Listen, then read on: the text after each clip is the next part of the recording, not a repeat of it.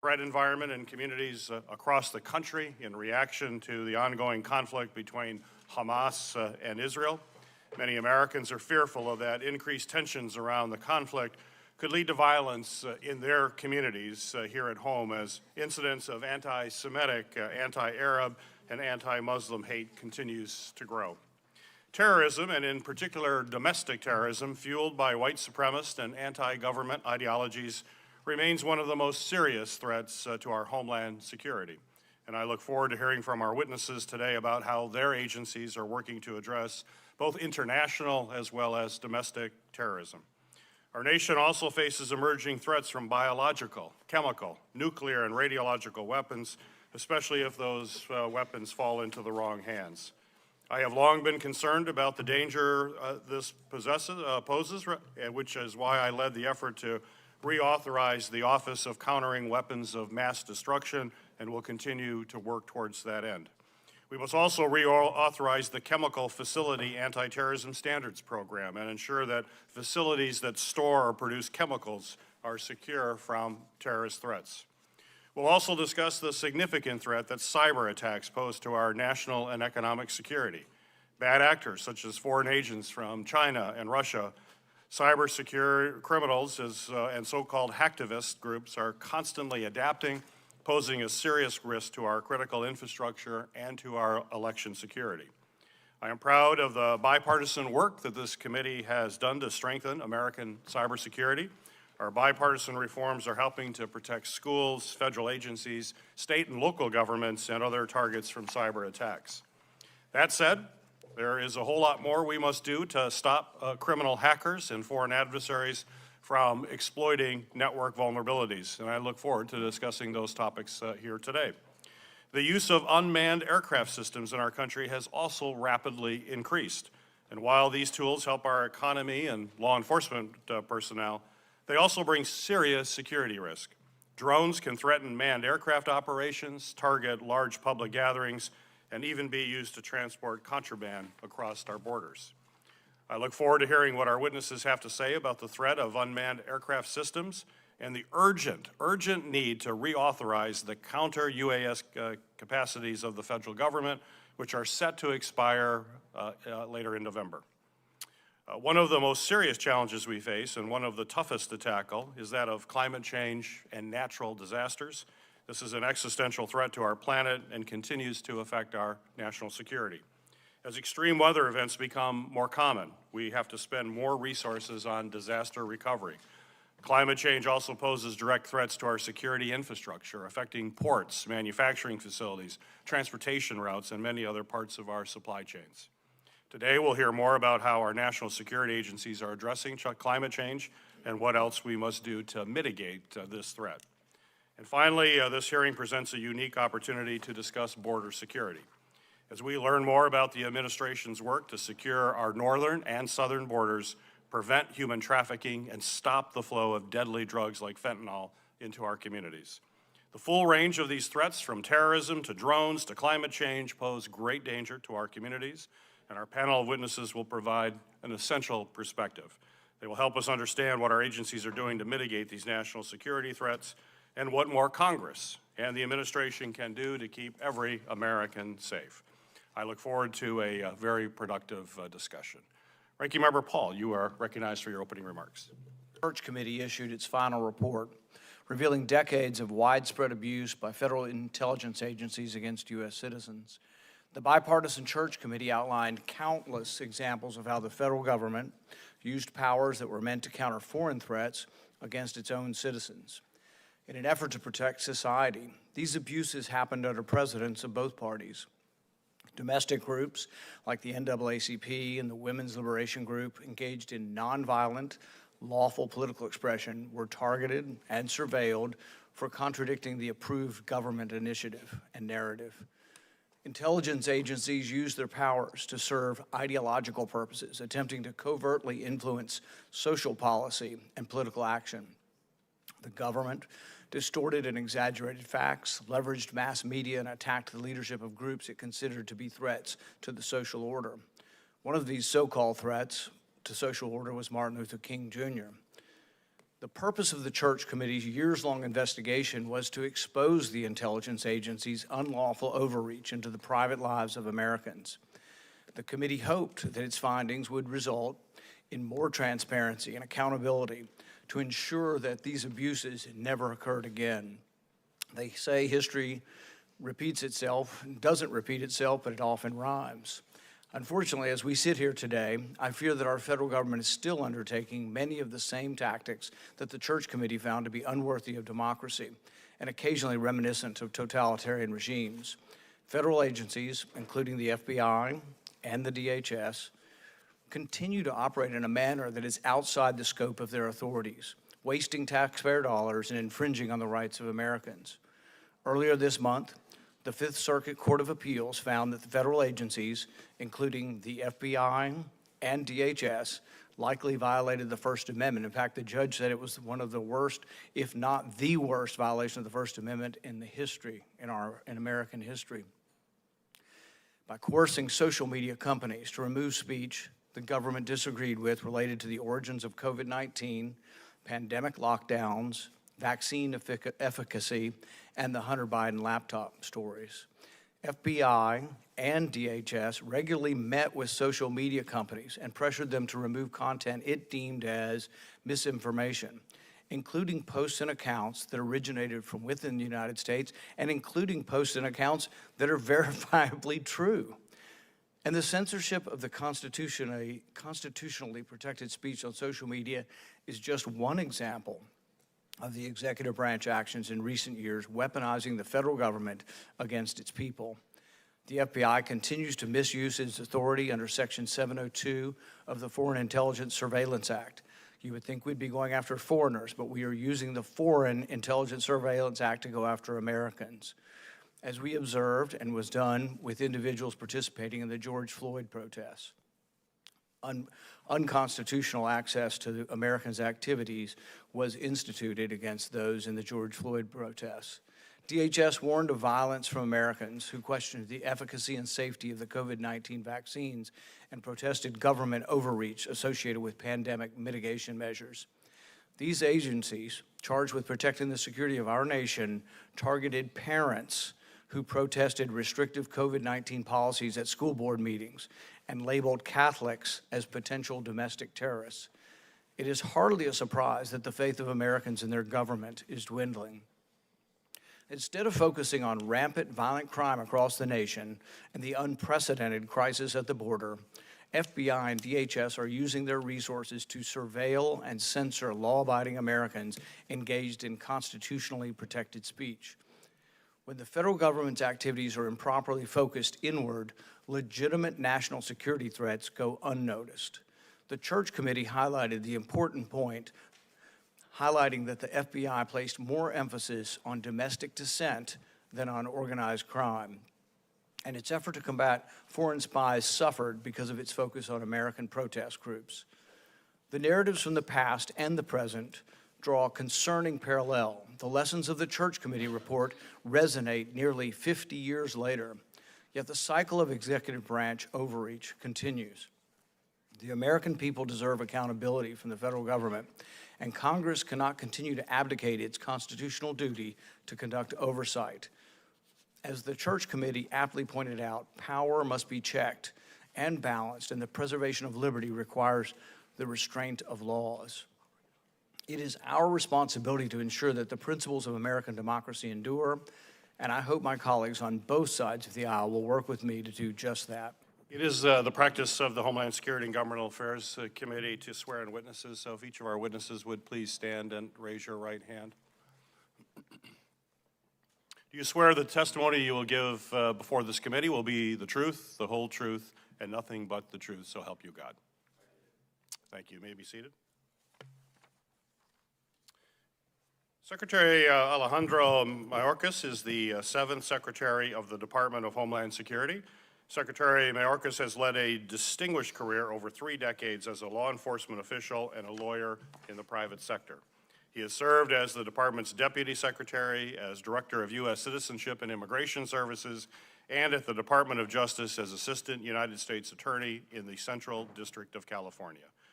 Secretary Mayorkas, thank you for appearing before our committee once again. You are recognized for your opening statement.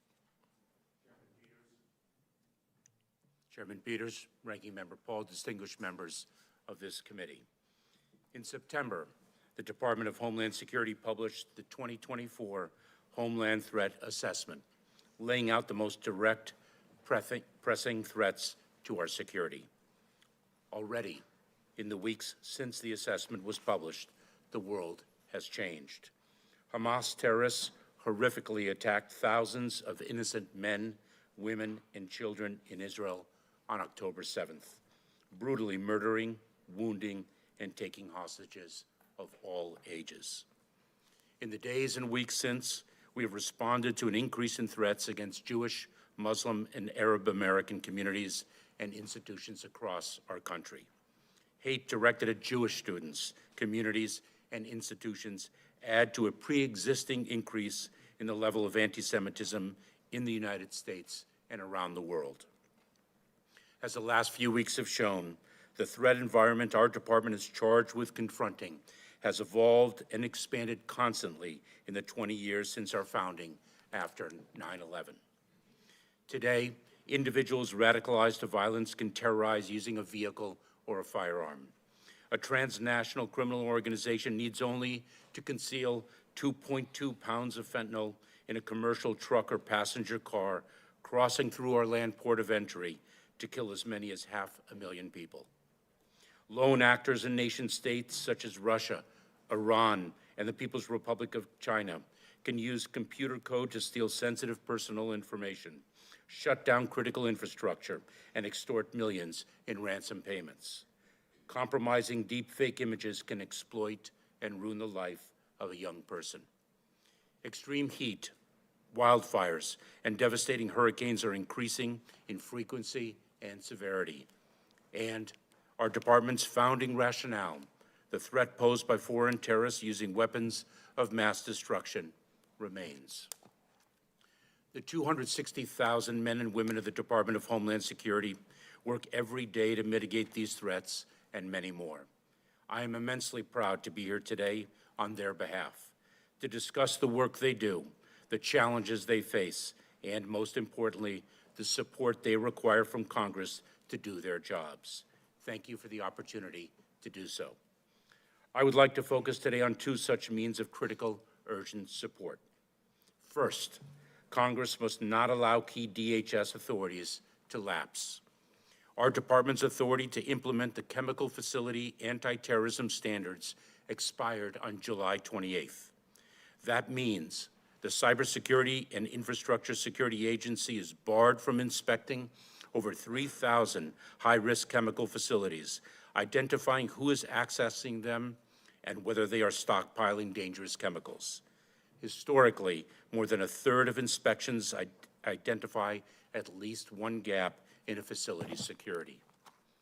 Our counter-drone authority will expire on November 18th, challenging, among other missions, the Secret Service's ability to protect the President and Vice President, and Customs and Border Protection's ability to patrol the southwest border and intercept cartel drones ferrying drugs and other contraband through the air. Our department's Office of Countering Weapons of Mass Destruction Authority will expire on December 21st. That would hinder our ability to detect biological and illicit nuclear material threats and safeguard against the use of AI in the development of biological weapons, as President Biden charged us with doing yesterday in his executive order on artificial intelligence. Finally, key elements of our intelligence collection authority under Section 702 of the Foreign Intelligence Surveillance Act will expire on December 31st. Expiration would leave our country vulnerable to attacks supported by American citizens, and it would cripple our ability to identify and secure American citizens who are the targets of such attacks. Renewing each of these four authorities is common sense, bipartisan, and critical to our national security. This is not a moment to let our country's guard down. Second, we need Congress to allocate sufficient resources to enable our nation's frontline officers to carry out their difficult jobs and keep the American people safe. 2 weeks ago, our administration requested critical supplemental Homeland Security funding that would help do just that. This funding package would allow us to more effectively combat the scourge of fentanyl, stem the impacts of historic migration, and accelerate work authorization for eligible non-citizens. This funding will, in short, make a critical difference in our department's operational capacity and in our national security. Ensuring the safety of the American people is a national imperative and a governmental obligation. I look forward to partnering with Congress to deliver for the men and women who keep our country safe. I look forward to working with you to address the threats and challenges America faces today and in the years to come. And I look forward to your questions. Thank you. Thank you, Mr. Secretary. Director Christopher Wray is the 8th Director of the Federal Bureau of Investigation. Director Wray began his law enforcement career over 2 decades ago, serving in the Department of Justice as an Assistant U.S. Attorney for the Northern District of Georgia. He has also served on the President's Corporate Tax Fraud Force and supervised the Enron Tax Force, in addition to playing a key role in national security objectives for the Department. Director Wray, so welcome back to the committee for your testimony here today. You're recognized for your opening statements. Thank you. Good morning, Chairman Peters, Ranking Member Paul, members of the committee. Discussions about the most pressing national security threats that what we face and what we're doing to tackle them are always important, but it seems especially well-timed this year with the dangerous implications the very fluid situation in the Middle East has for our homeland security. The reality is that the terrorism threat has been elevated throughout 2023, but the ongoing war in the Middle East has raised the threat of an attack against Americans in the United States to a whole nother level. Since the horrific terrorist attacks committed by Hamas against innocent people in Israel a few weeks ago, we've been working around the clock to support our partners there and to protect Americans here at home. We assess that the actions of Hamas and its allies will serve as an inspiration, the likes of which we haven't seen since ISIS launched its so-called caliphate several years ago. In just the past few weeks, multiple foreign terrorist organizations have called for attacks against Americans and the West. Al-Qaeda issued its most specific call to attack the United States in the last 5 years. ISIS urged its followers to target Jewish communities in the United States and Europe. Hezbollah has publicly expressed its support for Hamas and threatened to attack U.S. interests in the Middle East. And we've seen an increase in attacks on U.S. military bases overseas carried out by militia groups backed by Iran. Here in the United States, our most immediate concern is that violent extremists, individuals or small groups, will draw inspiration from the events in the Middle East to carry out attacks against Americans going about their daily lives. That includes not just homegrown violent extremists inspired by a foreign terrorist organization, but also domestic violent extremists targeting Jewish or Muslim communities. We've already seen that with the individual we arrested last week in Houston who'd been studying how to build bombs and posted online about his support for killing Jews. And with the tragic killing of a 6-year-old Muslim boy in Illinois in what we're investigating as a federal hate crime. But as I said a few moments ago, on top of the homegrown violent extremists and domestic violent extremist threat, we also cannot and do not discount the possibility that Hamas or another foreign terrorist organization may exploit the current conflict to conduct attacks here on our own soil. We have kept our sights on Hamas and have multiple ongoing investigations into individuals affiliated with that foreign terrorist organization. And while historically our Hamas cases have identified individuals located here who are facilitating and financing Hamas's terrorism overseas, we're continuing to scrutinize our intelligence to assess how the threat may be evolving. But it's not just Hamas. As the world's largest state sponsor of terrorism, the Iranians, for instance, have directly or by hiring criminals mounted assassination attempts against dissidents and high-ranking current and former U.S. government officials, including right here on American soil. And along those lines, Hezbollah, Iran's primary strategic partner, has a history of seeding operatives and infrastructure, obtaining money and weapons, and spying in this country going back years. Given that disturbing history, we are keeping a close eye on what impact recent events may have on those groups' intentions here in the United States and how those intentions might evolve. For example, the cyber targeting of American interests and critical infrastructure that we already see conducted by Iran and non-state actors alike, we can expect to get worse if the conflict expands, as will the threat of kinetic attacks. But across the country, in each and every one of the FBI's 56 field offices, we are addressing these threats with a sense of urgency. Among other things, that means working closely with our federal, state, and local partners through our FBI-led Joint Terrorism Task Forces to ensure that together we stay laser-focused on mitigating threats. Taking an even closer look at existing investigations and canvassing our sources to improve our intelligence, and then sharing that information with our partners, and doing all we can, working with our partners, to protect all houses of worship and people of all faiths here in the U.S. Bottom line, we're going to continue to do everything in our power to protect the American people and support our partners in Israel. Now, protecting Americans from the threat of terrorism is and remains our #1 priority. But as you all know, the range of threats we battle each and every day is enormous. From cyber attacks to economic espionage to violent crime and narcotics trafficking and everything in between. And none of the problems we tackle is getting any easier.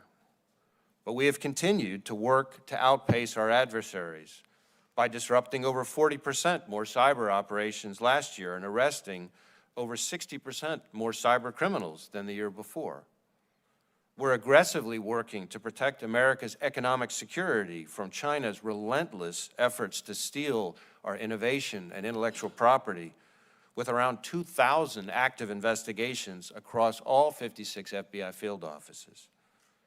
And over the past 2 years alone, we've seized enough fentanyl to kill 270 million people. That's more than 80% of all Americans.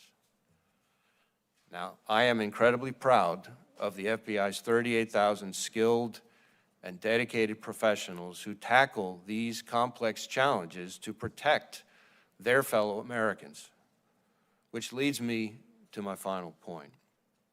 I think it is our shared responsibility to make sure that the FBI's men and women have the tools they need to keep us all safe. And indispensable in that toolkit against foreign adversaries are the FBI's FISA 702 authorities. It would be absolutely devastating if the next time an adversary like Iran or China conducts a major cyber attack, we don't see it coming because 702, one of our most important tools, was allowed to lapse. Or with everything going on in the world, imagine if a foreign terrorist overseas directs an operative to carry out an attack here on our own backyard, but we're not able to disrupt it because the FBI's authorities have been so watered down. So I'm happy to talk more about all the things the FBI has done in the last few years to make sure we are good stewards of our vital 702 authorities. But I want to close by thanking you again for having me here today, and I'm happy to answer any questions that you have. Thank you, Director Wray. Director Christine Abizaid is the 8th Senate-confirmed director of the National Counterterrorism Center. Previously, she served on the National Security Council staff as both Director for Counterterrorism and Senior Policy Advisor to the Assistant to the President for Homeland Security and Counterterrorism. She has also served as Deputy Assistant Secretary of Defense for Afghanistan, Pakistan, and Central Asia, as a senior intelligence analyst for the Defense Intelligence Agency. Welcome to the committee. Director Abizaid, you are recognized for your opening comments. Thank you. Chairman Thompson, Ranking Member Paul, members of the committee, thank you for the opportunity to appear before you to discuss today's terrorism landscape. This hearing is especially timely as we continue to monitor the response of global terrorist actors in the wake of Hamas's tragic and brutal 7 October terrorist attack inside Israel. The deadliest day in Israeli history resulted in the deaths of over 1,400 people, including more than 32 Americans, thousands injured, and over 240 civilians and soldiers taken into Gaza as hostages, at least a handful of which are Americans. Now entering the 4th week of the conflict, we have seen reactions from terrorists and violent extremists across the ideological spectrum who are exploiting the renewed salience of the Israeli-Palestinian issue for their own causes, often threatening attacks against particularly U.S., Israeli, and Jewish interests worldwide. Now, this comes at a time when the intelligence community had been tracking an overall reduced threat emanating from terrorist actors in the Middle East and was focused on a more discrete, though geographically dispersed, terrorist threat. How this conflict unfolds in the coming days, weeks, and months, and the degree to which it helps renew otherwise declining terrorist actors across the globe will require careful monitoring. Let me review the terrorist actors of most concern in the current environment and those who are most likely to shape the future of the threat to the United States. In the United States homeland, Jewish, Arab, and Muslim communities are facing a heightened threat environment.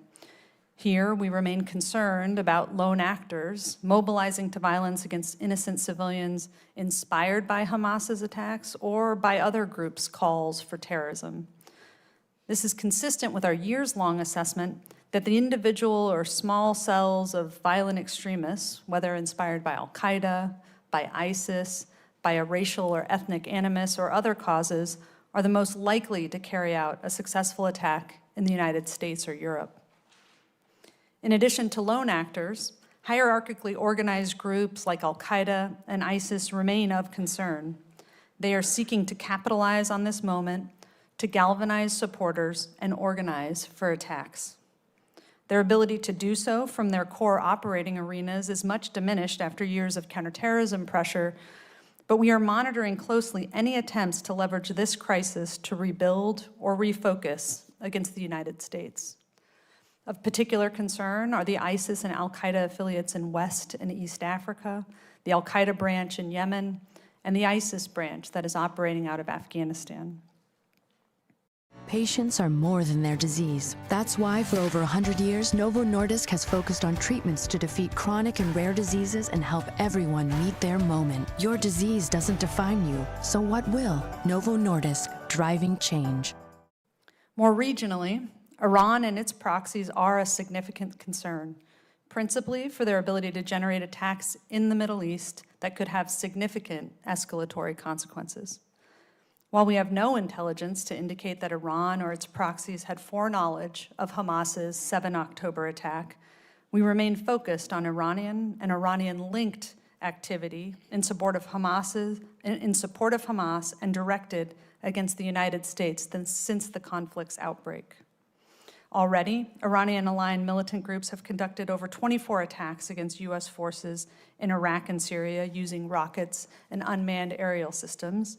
This is in addition to the daily attacks on Israel by Lebanese Hezbollah and at least 3 instances of Israel-focused missile and UAS attacks by the Yemen-based Houthis. While these groups have the capability to conduct more sophisticated attacks than they have thus far demonstrated, we assess Iran, Hezbollah, and their linked proxies are trying to calibrate their activity, avoiding actions that would open up a concerted second front with the United States or Israel while still exacting costs in the midst of the current conflict. This is a very fine line to walk, and in the present regional context, their actions carry the potential for miscalculation, thus requiring heightened scrutiny in the region as we monitor for signs that the conflict could spread. Now, Iran's calibrations today come in contrast to its more aggressive posture globally over the last several years. This includes its plotting in the United States, where, for example, it attempted several times to attack an anti-Iran activist, and it has sought to retaliate against former U.S. government officials that it deems responsible for the 2020 death of Quds Force Commander Qasem Soleimani. And for its part, in addition to being a regional political and paramilitary organization, Lebanese Hezbollah is a globally capable terrorist organization. Its last successful extra-regional attack was in 2012, when it attacked Israeli tourists in Bulgaria, killing 7 and wounding at least 30. Now, it is clear that over the years, significant CT pressure brought to bear against terrorist groups, along with investment in effective CT defenses here at home, has resulted in an overall diminished threat to the United States homeland. This is true even in the current context of a heightened environment that's tied to the Israel-Hamas conflict. However, as evidenced by the events of the past month, the terrorist threat landscape is highly dynamic, and our country must preserve CT fundamentals to ensure constant vigilance. Among these fundamentals is the intelligence collection enabled by Section 702 of the Foreign Intelligence Surveillance Act, which provides key indications and warning on terrorist plans and intentions, supports international terrorist disruptions, enables critical intelligence support to, for instance, border security, and gives us strategic insight into foreign terrorists and their networks overseas. I respectfully urge Congress to reauthorize this vital authority, not only for its CT benefits, but for the value it brings across a range of national security challenges. Another of the United States' fundamental CT pillars is found at the National Counterterrorism Center, which I am fortunate to lead. NCTC serves as the primary organization in the United States government to analyze and integrate international terrorism information. We conduct strategic operational planning for CT activities. We ensure all agencies have access to and receive needed support to execute CT plans. And we serve as the central and shared knowledge bank on known and suspected international terrorism and terrorist groups. My organization is part of a whole of government CT architecture that must work across a spectrum of the threat landscape to quickly identify new threats and overcome enduring challenges that might allow space for terrorists to advance attacks. The United States must be careful to preserve this CT architecture to address an inherently unpredictable range of terrorist adversaries, even as we confront a myriad of other national security challenges that play out both overseas and here in the United States. Let me end with a thanks to the CT professionals of the intelligence, diplomatic, military, and law enforcement communities whose dedication to the CT mission has done so much to protect this country from terrorism. It is a community that the United States has relied upon time and again, and today is no different. Thank you. I look forward to your questions. Thank you, Director Abizaid. I want to start off the hearing with a little bit of important housekeeping for our witnesses here. And I want to remind our witnesses of your responsibility to respond to inquiries and requests from Congress. The oversight responsibilities that we have here in Congress are a core facet of our democracy, and the executive branch and the executive branch officials must be responsive to requests from members of this committee. Questions for the record should be answered promptly and accurately, which is not what we have been seeing. Director Wray, there are instances where questions for the record are not answered by the FBI till over a year after the hearing has taken place. In fact, we still do not have responses to our questions for the record from last year's threats hearing. Director Wray, that's simply unacceptable. You have had a year waiting for OMB clearance, and that's simply not a valid excuse. We do not accept that at all.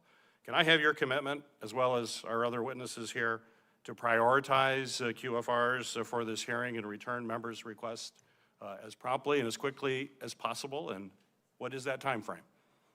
Well, certainly you have my commitment that we will do everything in our power to move the QFers, the questions for the record, as quickly as possible. As your question noted, unlike correspondence exchange, QFers, questions for the record, have to go through this interagency OMB clearance process. So we don't have complete control over that, but I will do everything in my power to try to expedite and move that process along to the extent that it's within my power. Well, I hope your power is enough to do it in less than a year, considerably, like other agencies all across government do. Secretary Mayorkas? Mr. Chairman, you have our commitment. Director? You have my commitment as well. Great, thank you. All three of you have spent a great deal of time in your opening comments talking about the increased threat as a result of the conflict in the Middle East. And also want to bear in mind that we've seen hate crimes increase even prior to this conflict. I think the FBI report shows a 36% increase in anti-Semitic hate crimes occurring before the war as well. So this is indeed a significant threat, and I appreciate all of you focusing on that in your opening comments. But Secretary Mayorkas, one tool that we have to protect nonprofit organizations, particularly houses of worship, is the Nonprofit Security Grant Program. Could you tell this committee how important that program is and the need for additional resources to protect particularly houses of worship? Mr. Chairman, the Nonprofit Security Grant Program is of vital importance to faith-based and other nonprofit institutions around the country. The funding that we distribute to thousands of such organizations enable them to secure their facilities so individuals of all faiths can attend their places of worship in a safe and secure environment. Whether it's the installation of cameras, the employment of security guards, other important security features, the funding we provide enables target-rich and very often resource-poor institutions to equip and empower themselves to keep their facilities safe. It is of vital importance, and that is why we have requested additional funds of Congress for that program. Thank you. Secretary, the potential terrorist use of chemical, biological, radiological, or nuclear agents is one of the most serious threats to our nation, as you mentioned in your opening comments, and you play a critical role in addressing these weapons of mass destruction. Unfortunately, the lapse in the chemical facility anti-terrorism standards, commonly referred to as CFATS, authorities in July has undoubtedly weakened DHS's ability to regulate high-risk chemical facilities storing these weaponized chemicals. Could you explain a little bit more in depth what vulnerabilities were created when CFAT's program expired in July and why it's so essential that we extend those authorities? Mr. Chairman, we review the security procedures that facilities around the country adhere to or are supposed to adhere to when they store and work with chemicals that can be used for destructive purposes. And as I said in my opening statement, about a third of the time upon our review, we find deficiencies in the security protocols, and a deficiency means a vulnerability, whether it's in the improper storage or it's in the hoarding of particular chemicals without the appropriate safeguards, whether it's the failure to vet individuals who deal with high-level security chemicals, the vulnerabilities that are created by the inability for us to enforce the chemical anti-terrorism facility standards is really a significant problem for our Homeland Security. I do respectfully urge Congress to renew that authority for us, especially at this time of a heightened threat environment.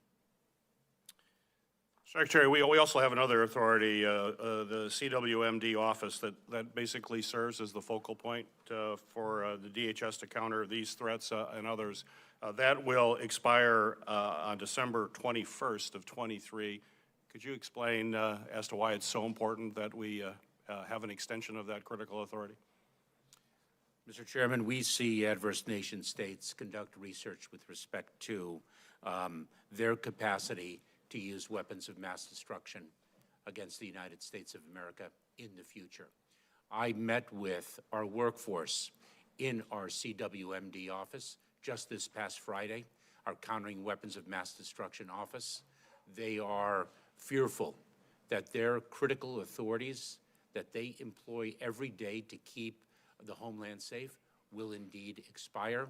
I gave them cautious assurance that Congress would not allow that to happen because of the criticality of the authority that we employ every day.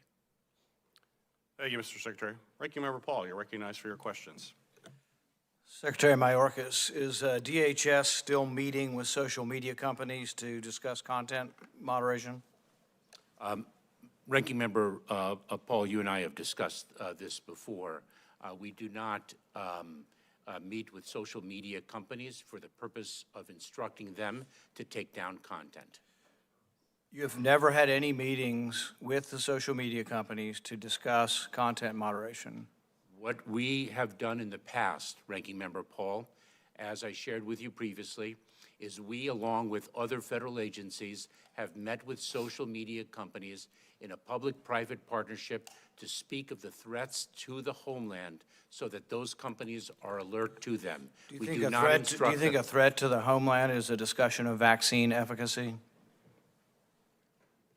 I do not, Ranking Member Paul, and I should say. If you'll have your staff read, and I think it'd be good for you to read also the Missouri versus Biden case, it lists time and time again discussion of constitutionally protected speech that has nothing to do with national security. So when you say you didn't meet to do with that, yes, you were meeting, you just disagree with the characterization of it. Were you meeting with social media companies to discuss content moderation? And your answer to that is no? My answer is. That's as the specific question. Did you meet with them, and were you meeting with them to discuss content on the internet? My answer remains the same, Ranking Member Paul, that we met on a periodic basis with other federal agencies and a group of social media companies to speak with them about the threat environment that the homeland faced. Right, and this include discussion of vaccine efficacy, mask efficacy, Hunter Biden's laptop. Are these meetings still occurring? Ranking Member Paul, they are not. We do not participate in any such And meeting. the reason the meetings aren't occurring is because a federal judge placed an injunction on you, and the Biden administration acknowledged that they're not having the meetings. So you'd need at least acknowledge that the court is talking to you about this and saying what you were doing was violating the First Amendment. Director Wray, same question. Is the FBI still meeting with social media companies? We're having some interaction with social media companies, but all of those interactions have changed fundamentally in the wake of the court's rulings. That's sort of an acknowledgement that perhaps you weren't just talking about national security, child pornography, and human trafficking, right? You had other areas of discussion that did involve constitutionally protected speech. No, that's not an acknowledgement of Well, that. then how did you change your behavior? Out of an abundance of caution, in order to make sure that we don't run afoul of any court ruling. I would say, by the way, of course, that the injunction has been stayed by the Supreme Court. Did anybody from the FBI ever discuss constitutionally protected speech with social media organizations? Not to my understanding. Vaccine efficacy, never discussed any post concerning vaccine efficacy? Well, certainly not, because to my understanding, as you know, the FBI was the first and for a long time the only agency in the intelligence community to assess that the COVID origin was most likely from a lab leak. So the idea that we were engaging in... I commend you for that, but the Twitter files and other indications, as well as the Missouri versus Biden, list many cases of both DHS and FBI discussing constitutionally protected speech, vaccine efficacy, mask efficacy, people who said, my brother got the vaccine and died yesterday, and the brother actually did die, but proof of cause and effect is one thing. But taking down posts like that was part of the discussion in these meetings. Not by the FBI. We would not have been engaging with social media companies about vaccine efficacy, to my knowledge, certainly. Director Wray, in 2017, the Department of Justice issued subpoenas to members of the House Intelligence Committee, congressional staffers, as well as Senate Judiciary Committee staffers to turn over private information. Were you involved with that investigation, aware of it at the time? I'm not familiar with that specific This investigation. had to do with the leaks, I believe, we have never been told completely, but the leaks concerning the Crossfire Hurricane and the leaks concerning the conversation between Flynn and Kislyak that was wiretapped, that was classified, that somehow got out, but you're not aware of anybody from Congress being investigated? Well, as I sit here right now, that's not something that's ringing a bell for me. Do you see a problem with the Department of Justice issuing subpoenas to congressional staffers who are providing oversight to the very organization that's issuing the subpoenas?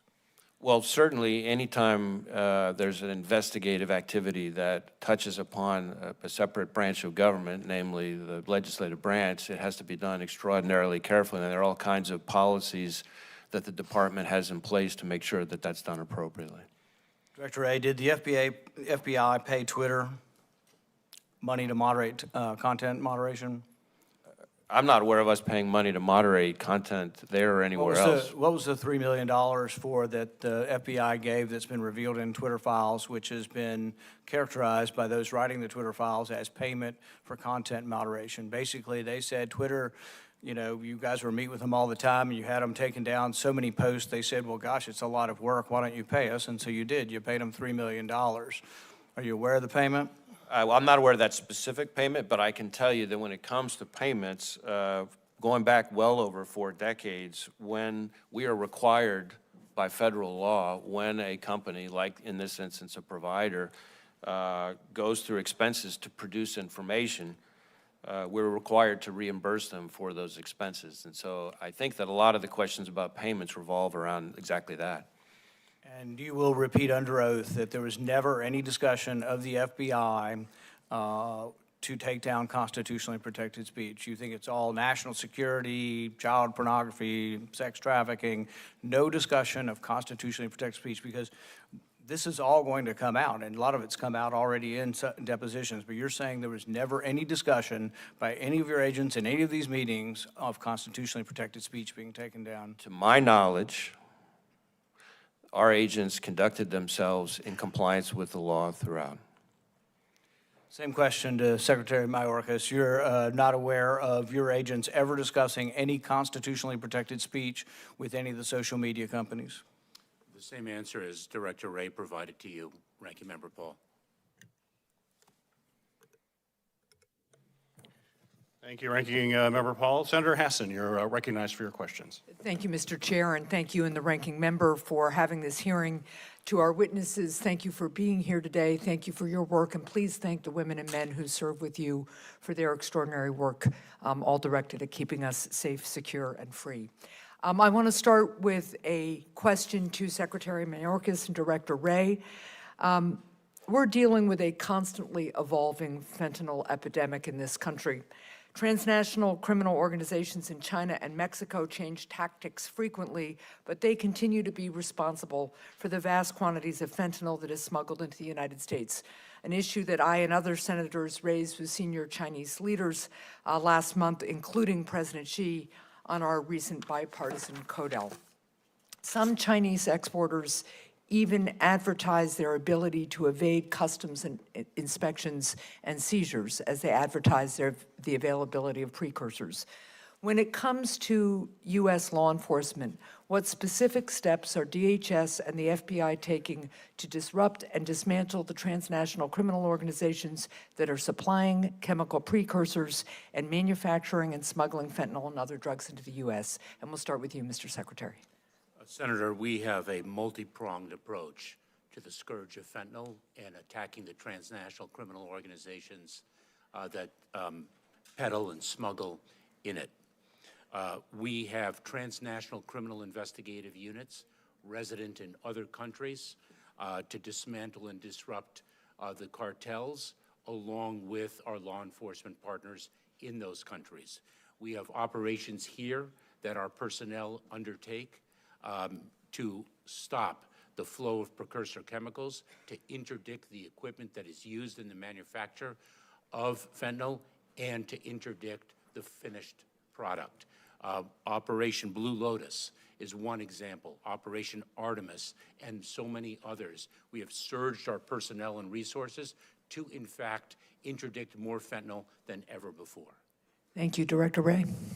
So we're participating in a number of ways. I think the first that I would mention is our Safe Streets task forces are focused on the gangs that are here distributing fentanyl and other dangerous drugs.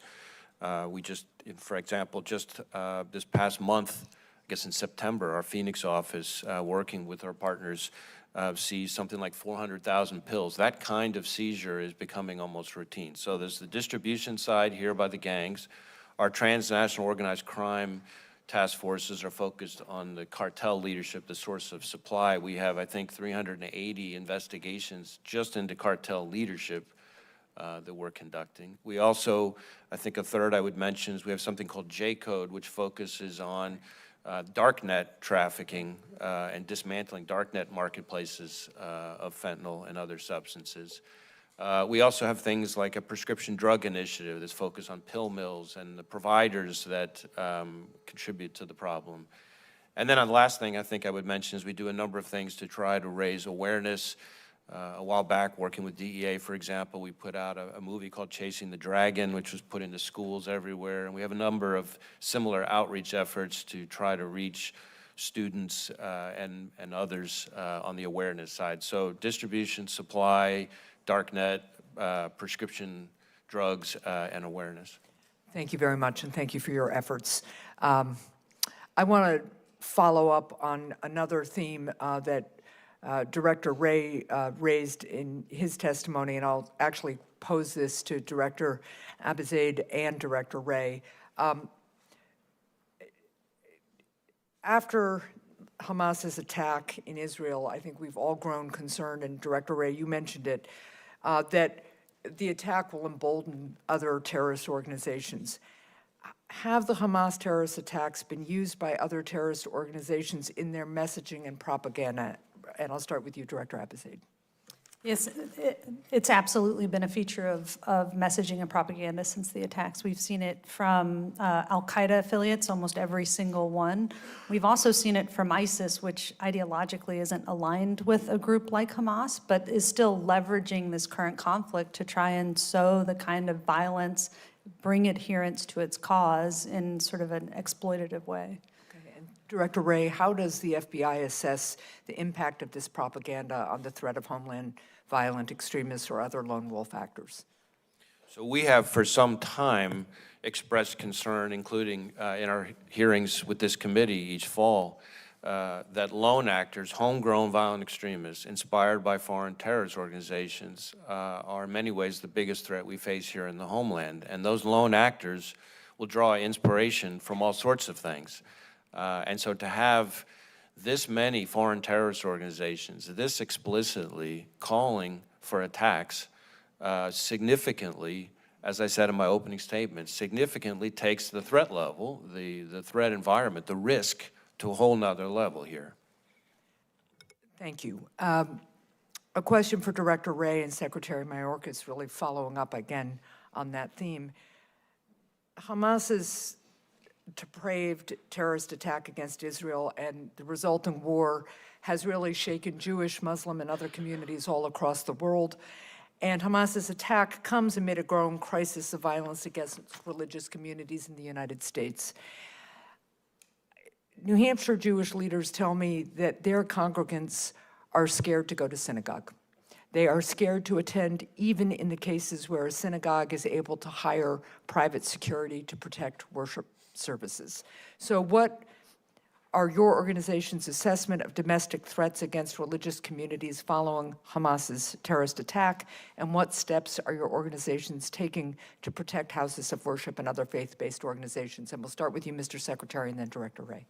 Senator, we are indeed, as Director Wray communicated, in a heightened threat environment.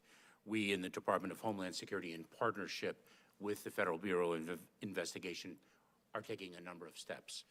We are providing information and intelligence to our state, local, tribal, territorial, and campus law enforcement partners. We issued a joint intelligence bulletin together in the immediate aftermath of the terrorist attacks of October 7th. We are distributing funding, as Chairman Peters referenced, through our nonprofit security grant program to further secure places of worship.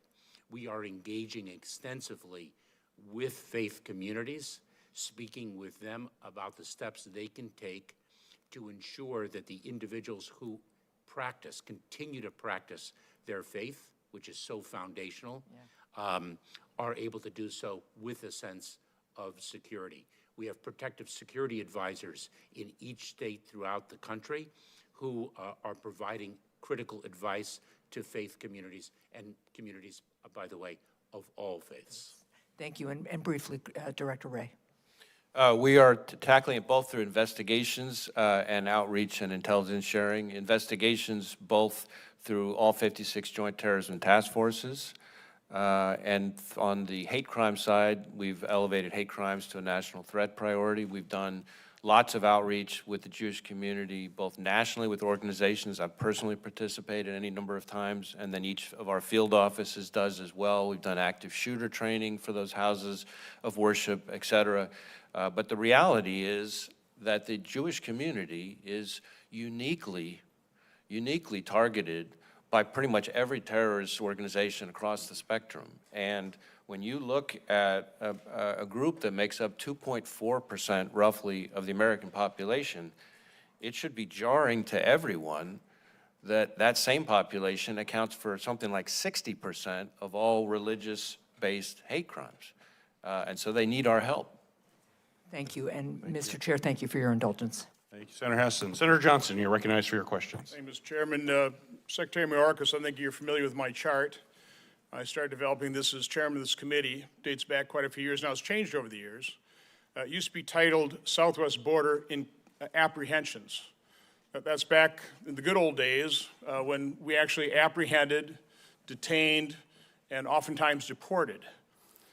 For some reason, well, I know the reason, that under your administration, you've changed it now to encounters. So now it's titled Southwest Border Encounters because now we encounter, we process, and disperse, and it seems like your solution to the self-inflicted wound to America is we've just gotten more efficient at processing.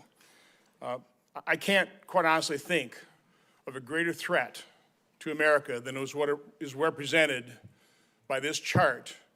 And this chart represents this administration's open border policy. It's a travesty. Director Wray, you said in your testimony the threats, they're not getting any easier to deal with. Would having a secure border, would that make your job easier? Well, I will let Secretary Mayorkas speak for border security, but I will tell you that the threats that we have to contend with that are attributed to the border, cartel violence, distribution of fentanyl, et cetera, I have limited are a time. major The answer challenge. is yes. Your job would be a whole lot easier if you weren't having to deal with over 70,000 special interest aliens coming from countries that are of concern to us. Your job would be a whole lot easier if this year we hadn't encountered 169 people on the terror watch list. Secretary Mayorkas, I've asked you this in the past. What numbers are represented here? How many people has this administration let in by encountering, processing, dispersing, or that have come in as a known or unknown gotaway? What approximately? I don't need an exact number. So what do we got? Senator, let me say. I need numbers. Again, don't filibuster me. How many people has this administration led into the country? Let me say at the outset that our job would be a lot easier if the broken immigration system was No, fixed. Mr. Secretary, I want a number. How many people have you led into this country? I should also Okay, comment. I'll give you the number. It's about 6 million. About 1.7 million as known gotaways. Now, again, we don't know who these people are. We just know that they've come to this country and they're residing somewhere. Where are all these people residing? Where did the 6 million people go? Senator, you speak of encounters, and let me share Would you with answer my questions? Where did these 6 million people go? Are you keeping track of them? To what extent do we have a handle on where these 6 million people are in America? Senator, as you well know, when an individual is indeed released, they are released into immigration enforcement proceedings, and are subject to removal if they do not have a legal basis to remain in the United States. You're not And in answering the fact- question. Where do these people reside? We know we've got about 100,000 in New York, and New York Mayor Adams says it will destroy New York. That's, by the way, less than 2% of the 6 million people. So less than 2%, 100,000 is going to destroy New York. What's happening around the country? I'm not going to get answers from Secretary Mayorkas. So Director Wray, what are you doing to track these people and investigate the potential threat? So we are tackling it through a variety of means. There are some categories I would put kind of in the terrorist watch list category, and there it's our joint terrorism task forces that are working with partners throughout the law enforcement community to try to identify. So how many pursue agents? those. How many agents do you have tasked to investigate potential terror threats coming into this country and those 6 million people, and particularly the 1.7 million gotaways? How many agents are on investigating that flow of illegal immigrants? Well, I don't know that I can give you the exact number, but let me try to. Ballpark. Let me try it Is this way. Is it 100? Is it a couple hundred? Is it, I mean, just a ballpark? Well, I would say we have several hundred agents who are tackling the threats that come from the border, both from a national security side, a counterterrorism side, and from an organized crime or violent crime side. How does that compare to the number of agents you had on, for example, investigating the January 6th protesters? How many agents, at the height of that investigation, how many FBI agents were assigned to that task force? I don't have exact numbers, but what I would tell you is that You I got a ballpark. I feel relatively confident that the number of agents working on threats that are attributable to the border far exceeds the number of people working on the January 6th investigation. What about the height of the January 6th investigations? Same answer. Same deal, okay. Mr. Secretary Mayorkas, what is the average or the range of trafficking fees? I mean, because, by the way, we have a 100% secure border on the Mexican side, right? I mean, very few people are crossing into this country without going through human traffickers. So they have to pay a trafficking fee. What is that range of trafficking fees? When you speak of trafficking, Senator, you mean smugglers? No, I'm talking about the human traffickers, that, you know, the people coming across here are paying, what, a $7,000 fee, a $10,000, a $50,000, what is that range? Several $1,000s per So person. how do they pay that off? How does a young woman pay off $10,000 to $15,000 human trafficking fee? Tragically, Senator, they often spend their entire life savings to pay a smuggler. Well, they also tragically get put into the human sex trade, correct? There are all sorts. Director Wray, are you investigating that? Are we busting up some of the, we saw The Sound of Freedom, that movie. What investigations are you doing in terms of the sex trade that is going on because of the Biden administration's open border policy? We have a number of task forces that are focused on human trafficking, especially sex trafficking, all across the country. And last year, we rounded up, I think, maybe 1,000 or so predators of that sort. And so that's probably the main vehicle through which we're tackling this, which is a significant problem. Of the 73,000 special interest aliens coming from these countries that are concerned to ours, how many of those people are you keeping track of? What happens to them? Are we detaining them? Are we deporting them? Or are we granting them asylum? Well, as to deportation and asylum, I would leave that to the agencies that handle that. You're aware but- of the 73,000 special interest aliens, correct? But I'm aware of special interest aliens. I don't have the numbers. What are you doing to track them? So if we have a fully predicated, appropriately predicated investigation, then those people are squarely within scope of those investigations. How many active investigations do you have on 73,000 special interest aliens? I don't have that number here. I can see if that's something we can get for you and follow up. You can expect a QFR on that one. Thanks. Thank you, Senator Johnson. Senator Sinema, you're recognized for your questions. Thank you, Mr. Chairman, and thank you to the witnesses for being here today. Fiscal year 2023 saw a record number of encounters in the Tucson sector, over 350,000 individuals. Arizona continues to bear the brunt of the federal government's failure on the border. For years now, Arizona communities have stepped up to do the federal government's job and manage migrants released from CBP facilities. But recently, that problem has become even worse. Since September 12th of this year, over 10,000 migrants have been released into small communities across Arizona. These communities have been forced to step in to provide emergency support to migrants without sufficient resources.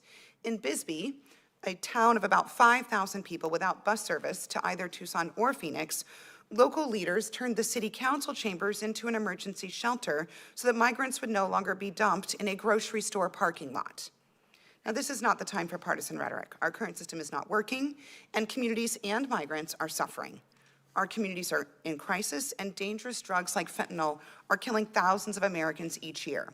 We must make meaningful, lasting change to solve these issues and secure our border, keep Arizona families safe, and ensure that migrants are treated fairly and humanely.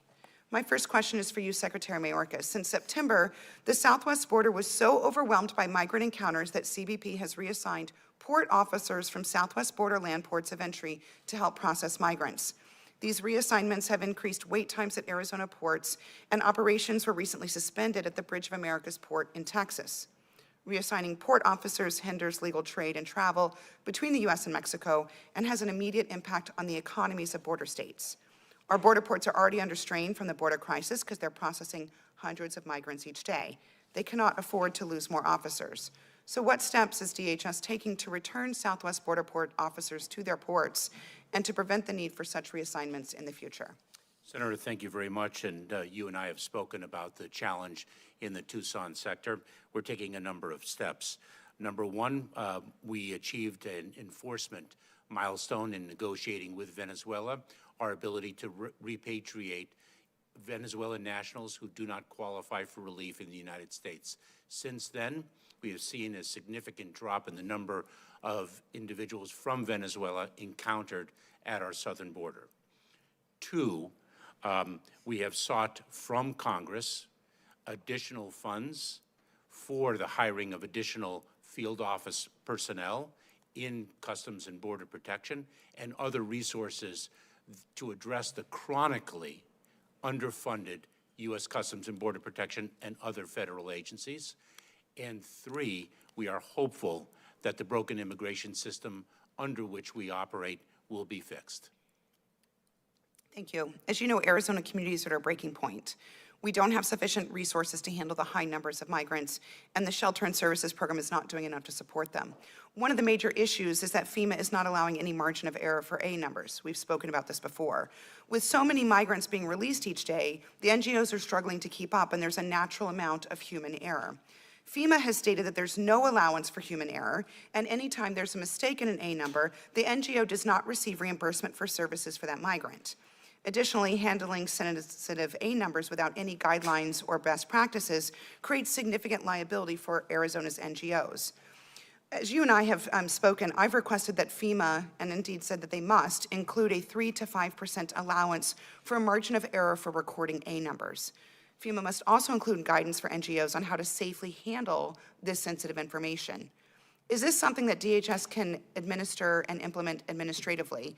And if so, will you commit to working with me to support the NGO network in protecting confidentiality and providing services? Senator, I do commit to working with you, to continuing to work with you on this issue.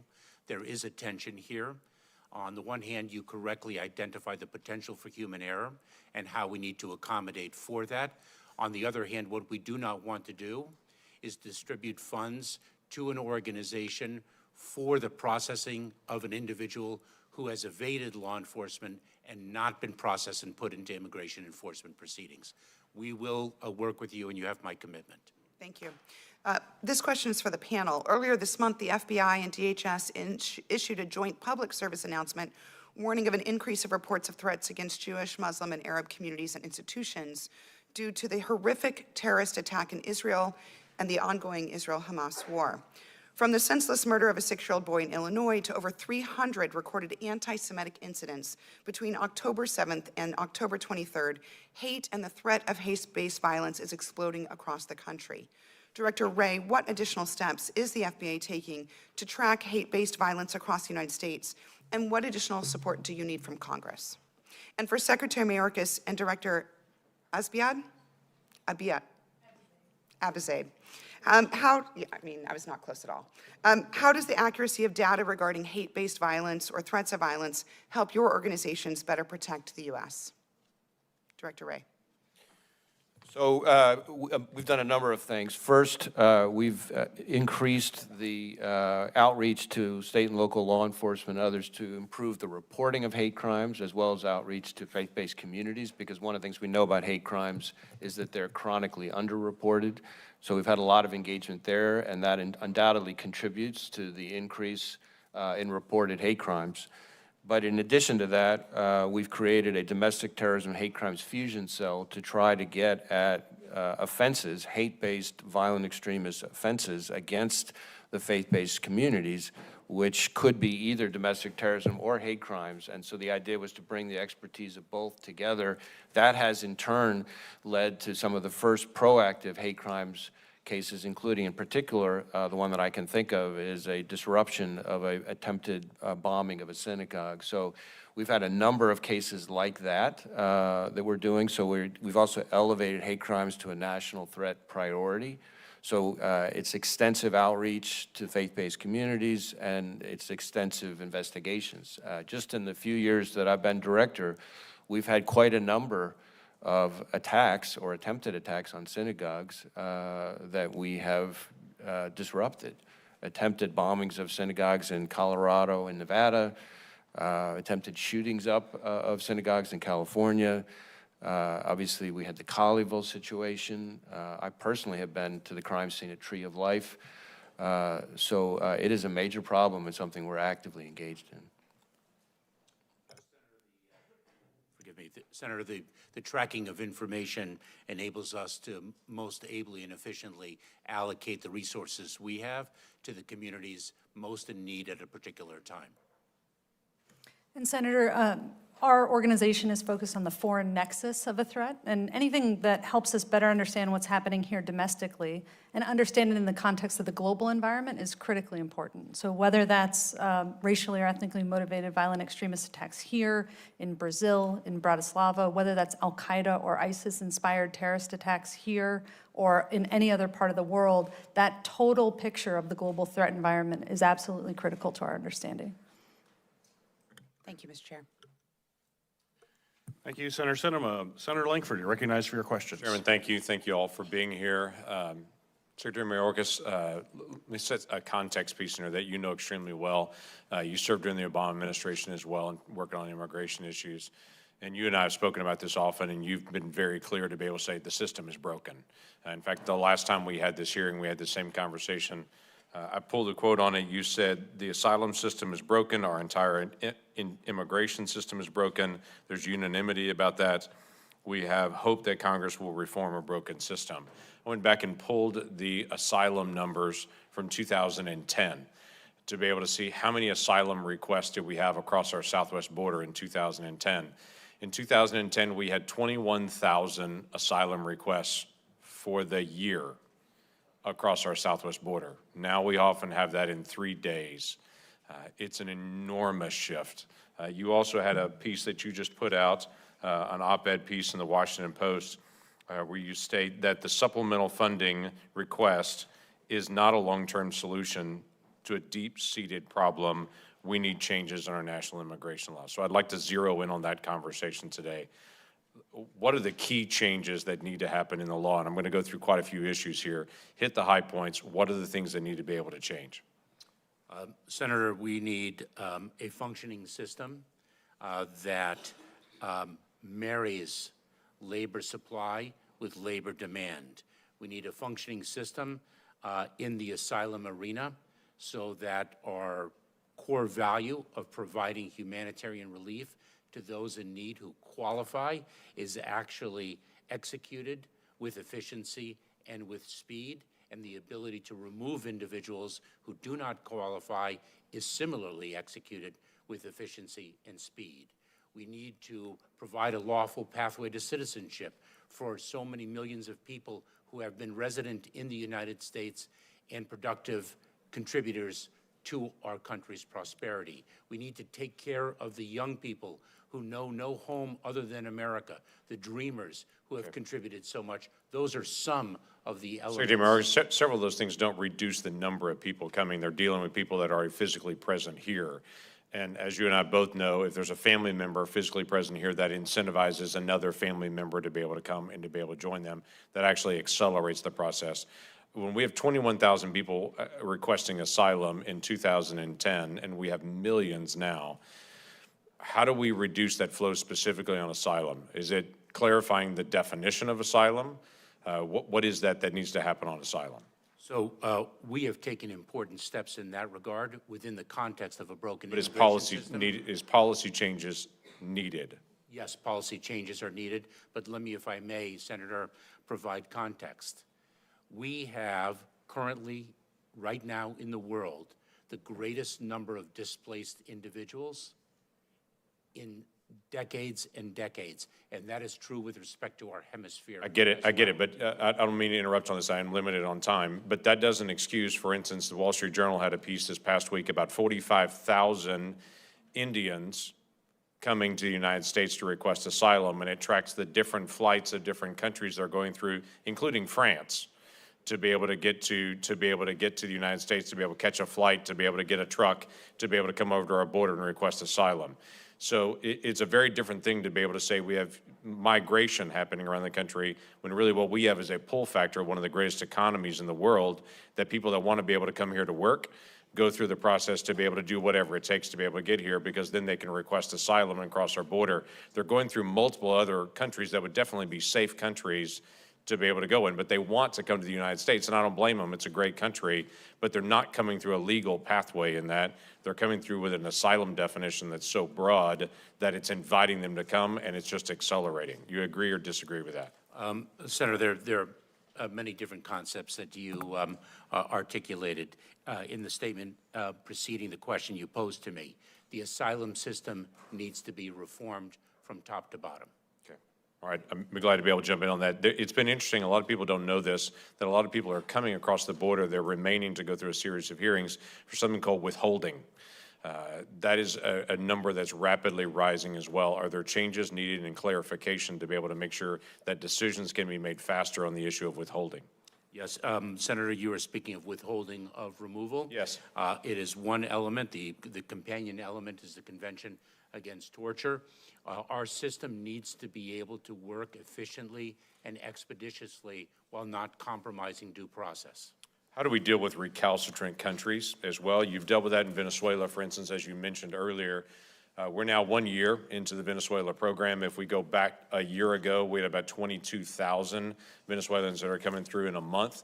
This past September, we had 66,000 in a month that came across. You've now made an agreement with Venezuela. They're accepting people back, and as you mentioned before, the numbers dropped dramatically. When suddenly we're actually not allowing people to come in, it goes from 66,000 in 1 month to when we start returning people, suddenly that number drops dramatically. Things haven't changed in Venezuela, but they've changed in how we're applying that policy, and we saw a dramatic decrease in the numbers there. So recalcitrant countries where I want to be able to start. Is there a need to be able to qualify that? And the second one, is there a lesson to be learned from what's happening in Venezuela that we actually are consistent in returning people back? There's a more immediate consequence. We get an immediate drop in numbers. Senator, our model is to build lawful pathways and to deliver consequences for individuals who do not avail themselves of those lawful pathways. Our ability to repatriate individuals to the countries of origin when they do not qualify for relief under our laws is of vital importance. And what we have been able to accomplish with respect to Venezuela is a very powerful example of that. Okay. You asked for additional funding for detention beds there.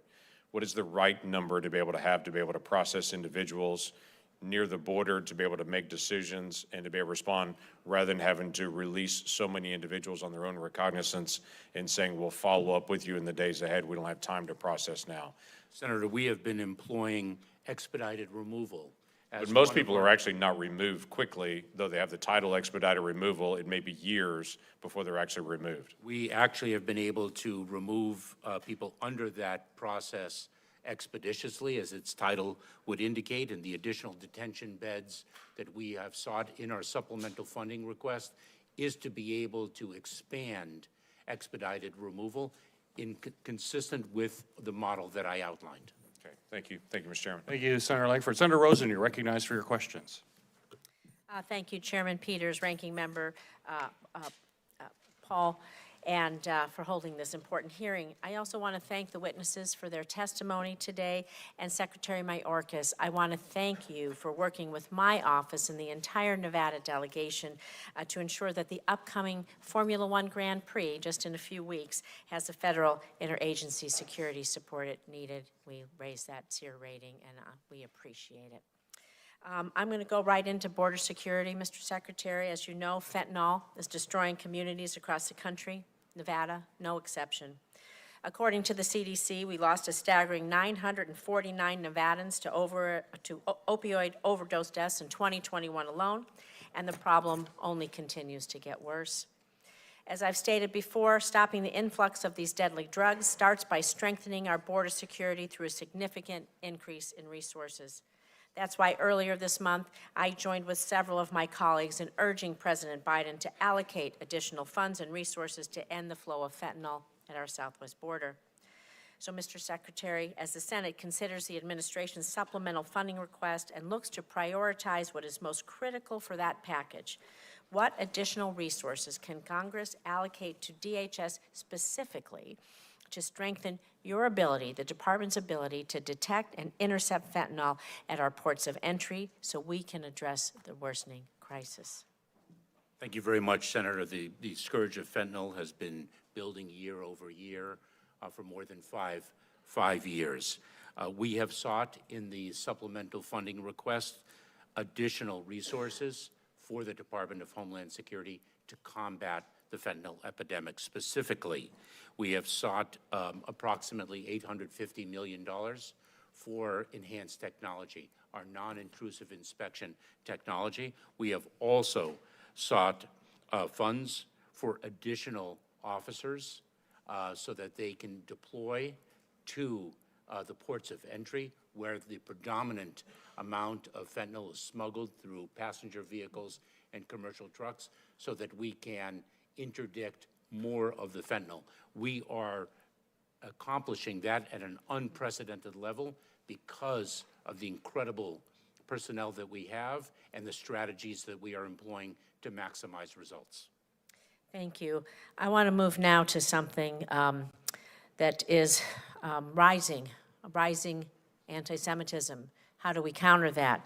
So following Hamas's brutal October 7th terrorist attack on innocent Israelis, our nation has witnessed a dramatic increase in anti-Semitic threats and incidents targeting Jewish Americans, including Jewish students being threatened and harassed on college campuses. According to the Anti-Defamation League, reported incidents of anti-Semitism have increased by 388% compared to the same period last year.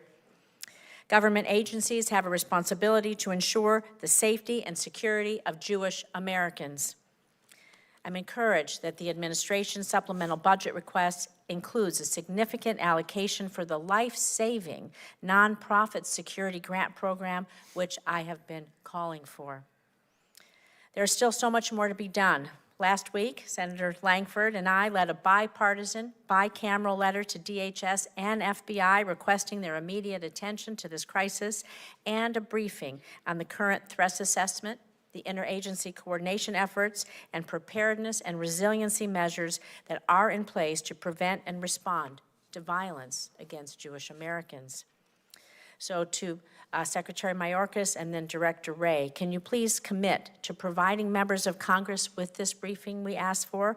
And could you outline the specific actions your agencies are taking to prevent and respond to this alarming rise in anti-Semitic violence?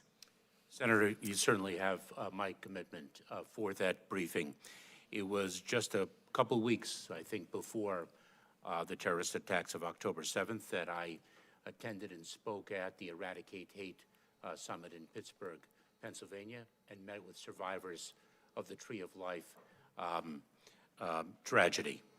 On October 8th, I participated in a convening hosted by the Anti-Defamation League, where more than 700 participants heard from me with respect to the threat landscape and what we would do to address the aftermath of the horrific terrorist attacks. Since then, We have engaged every day with the Jewish American community, as well as other communities of faith that feel under tremendous threat, to educate them about the steps they can take to ensure the safety and security of their worshipers and their members.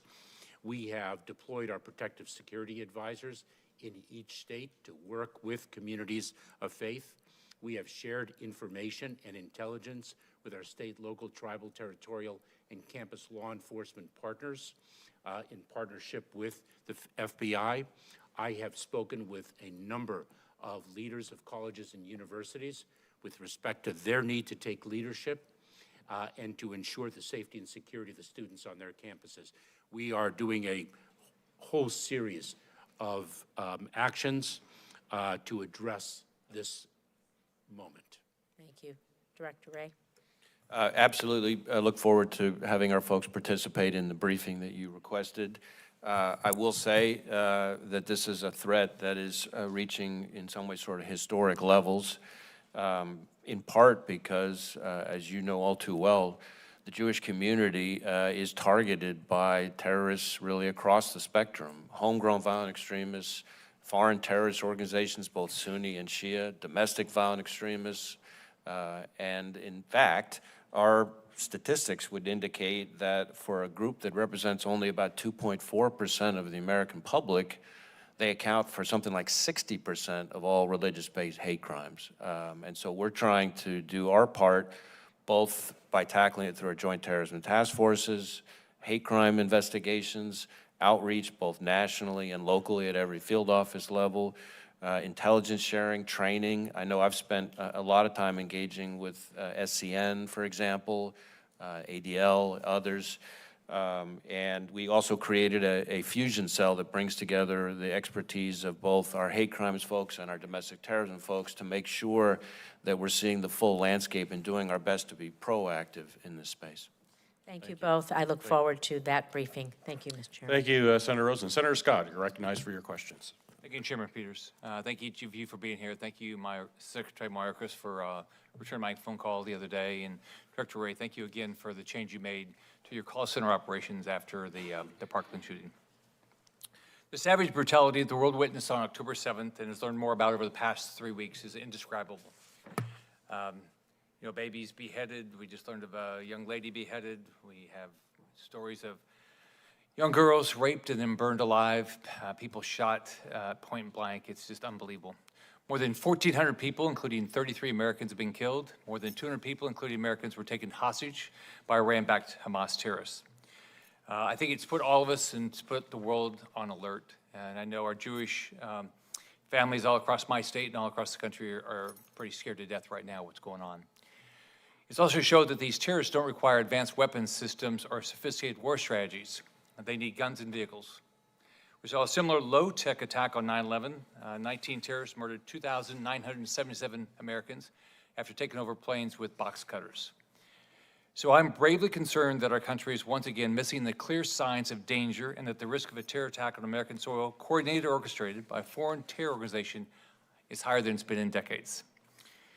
The mission of the FBI begins like this: to protect and defend the United States against terrorist and foreign intelligence threats. Director Wray, so I trust this threat is something you're clearly focused on. That's what you've said in your testimony so far today. Everyone, you know, I know we've had a lot of talk about how we've gotten here, and there's a lot of colleagues that have talked about that today. But let's focus on where we are and what we ought to be doing next. We also know we have a lot of people in the United States from countries who have large populations of people and even leadership who hate Jews, just absolutely hate Jews and the American way of life. We know that 70,000 Afghans came into the United States, largely unvetted, after the botched withdrawal of U.S. forces in 2021. CBP data from between October 2021 and October 2023 shows that agents encountered 6,386 nationals from Afghanistan. So that's almost 77,000 people from Afghanistan, largely unvetted, as well as 659 from Iran and 538 from Syria. Now let's remember, it only took 19 terrorists to do 9/11. Agents also encountered 164 people from Lebanon, 139 from Yemen, 123 from Iraq. Director Wray, on Sunday, October 15th, you told reporters that, quote, "Here in the U.S., we cannot and do not discount the possibility that Hamas or other foreign terrorist organizations could exploit the conflict to call on their supporters to conduct attacks on our own soil." I think it's important to understand that what you're saying here, and that we have to make it very clear to the American people that the threat of terror is real and rising in the United States, and I think we all agree on that. So just to be clear with the American people, what I'm hearing from you today is that the threats are on the rise and our homeland is at great risk of danger. So that's where we are. So now let's talk about where we go. So Director Wray, so that morning, my 11-year-old grandson was with me, and so we watched as the Hamas terrorists came across and started hearing the stories. So I was trying to explain to him what a terrorist is.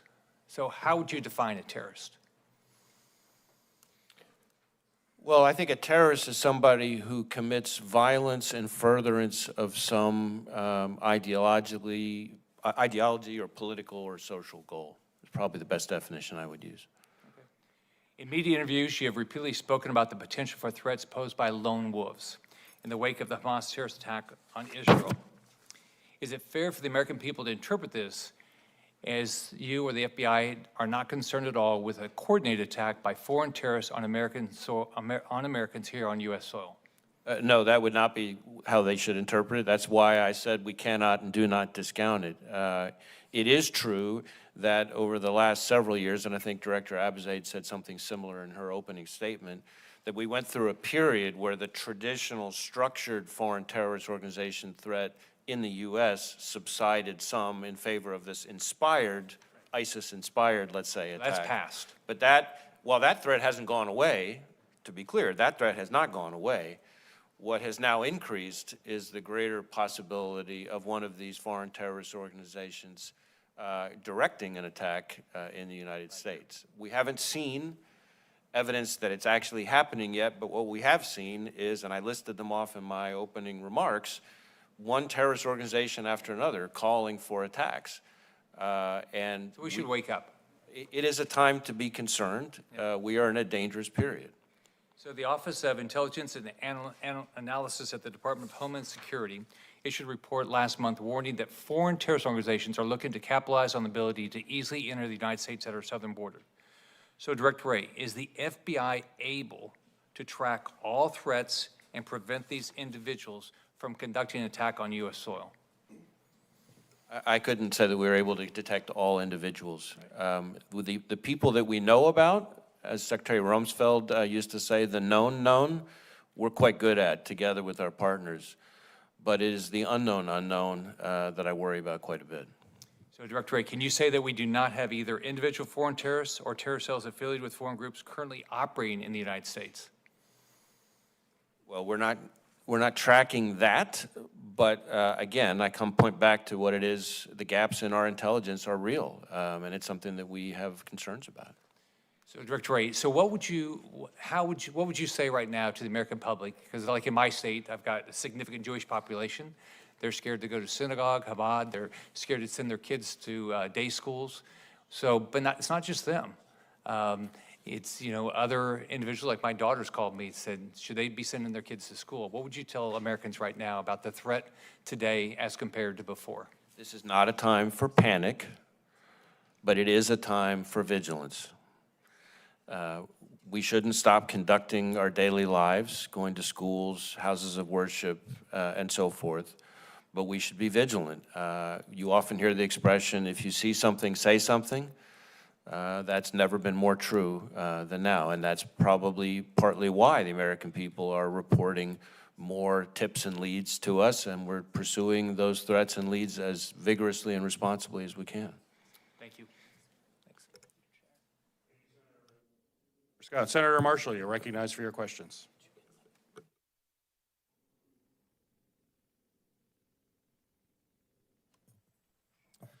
Thank you so much. Mr. Secretary, approximately how many illegal aliens in this country or here on asylum have direct ties to Hamas, to Hezbollah, to the Islamic Jihad or the Islamic Revolutionary Guard Corps of Iran? Senator Marshall, let me assure you that individuals that pose a risk to our national security are our highest enforcement priority. The safety and security of the American public. Do you have any idea is how many our numbers, highest what mission. those numbers are? Is it tens, is it hundreds, is it thousands? An individual who poses a risk to our national security is our highest enforcement priority, and if So detention... you don't know the answer to the question? And if detention is indeed warranted by reason of the risk they present, then we indeed detain them. Do you have an answer for my question? I believe I have answered your question. No, sir, you didn't. I asked you how many have direct ties to Hamas, Hezbollah, Islam Jihad. Senator, if an individual is identified as having a nexus to one of those organizations, we would consider them a risk to our national security and take appropriate enforcement action to include, for Thank you. example, detention and removal. So let's back up. Will DHS and when will DHS disclose the countries of origin of people arrested by Border Patrol on the terrorist watch list? I'm sorry, can you repeat the question, Senator? Will DHS and when will DHS disclose the countries of origin of people arrested by Border Patrol on the terrorist watch list? If you are referring, Senator, to the terrorist screening data set, just to be precise, I would be pleased to speak with you in the appropriate context. This would not be it. How many gotaways did CBP record in fiscal year 2023? I believe, Senator, that number is over 600,000, and as I'm sure you are well aware, the phenomenon of gotaways is something that has been a challenge for the Department of Homeland Security for decades. In fact, it is a powerful example of a broken immigration system. Thank you. I want to talk about Chinese nationals for a second. Would you agree with me that over 18,000 Chinese nationals, many are military-aged young men, have illegally crossed the southern border in fiscal year 2023?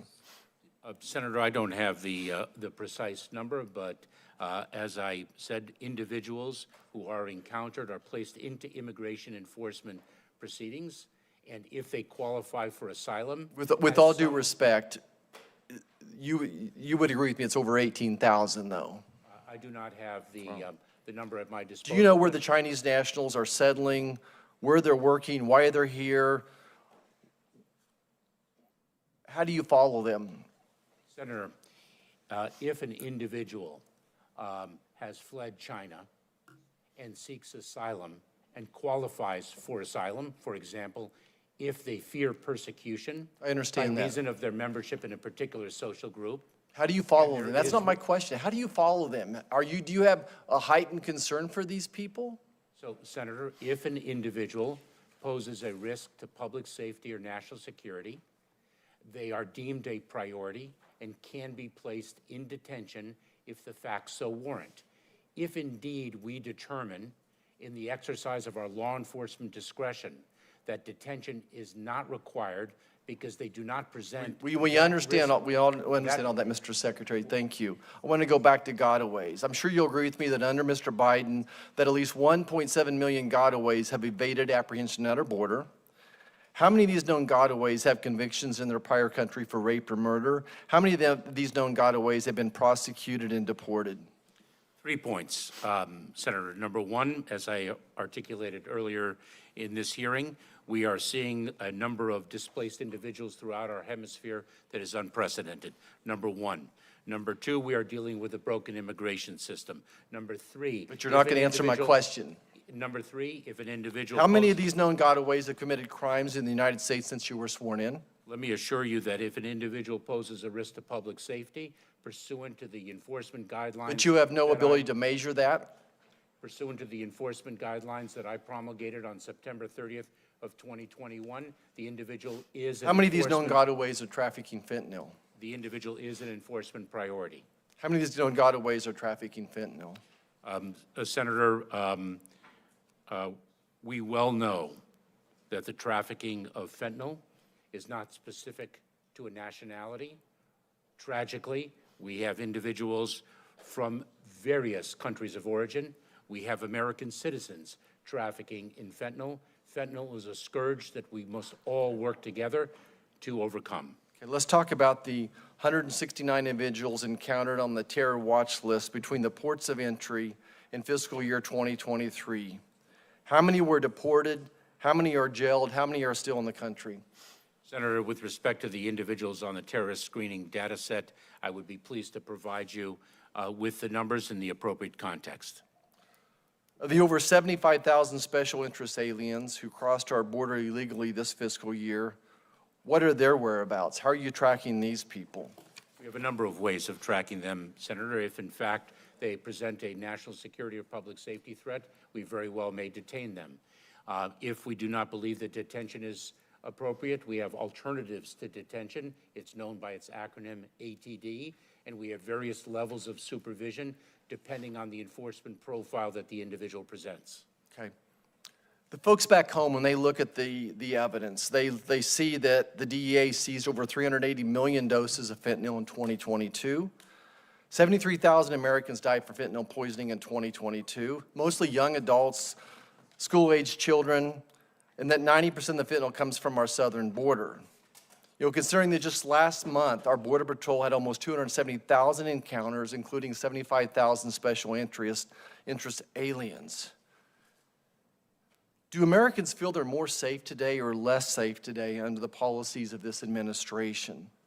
Senator, we are taking it to the cartels, to the traffickers of fentanyl in an unprecedented way, with more resources and more efficient and productive operations than ever before. But you would agree with me that Americans feel less safe today than they did before the start of this administration, and your testimony has only solidified the view that American people, that they don't have confidence in the job that you're doing. This is why I believe the defining issue in this next election is going to be exactly this. Are our families safer today than they were 3 years ago? Thank you. I yield back. Thank you, Senator Marshall. A little bit of housekeeping. We have votes that have been called, and I'm going to be turning the gavel over to Senator Blumenthal while I go vote. We have a few more members that have questions. Once we complete that, we're going to take a break. All three of you have been here for a while. We'll take roughly a 10-minute break, but we have a few more members that have the questions. So before I hand the gavel over to Senator Blumenthal, Senator Butler, you're recognized for your questions. Thank you, Chairman Peters. And I want to thank the witnesses for your service, for your time, and for your testimony. I'd like to pick up Secretary Mayorkas and my colleague, Senator Marshall's questioning around fentanyl.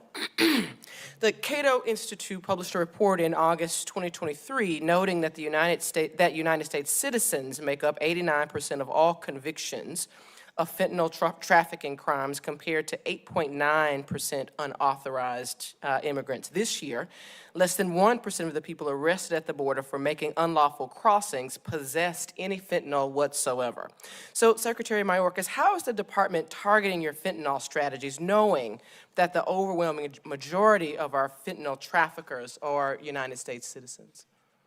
Senator, there's an additional fact that I'd like to share before I answer the question, and that is that more than 90% of the fentanyl that is trafficked across the border actually comes through the ports of entry, predominantly in passenger vehicles and commercial trucks. And therefore, we have surged our resources to the ports of entry. And by resources, I mean not only our incredibly talented Office of Field Operations personnel in U.S. Customs and Border Protection, but also our non-intrusive inspection technology and our forward operating labs. We have surged our resources, and we have done so in a very strategic way through operations that have been developed, such as Operation Blue Lotus, that yielded tremendous results.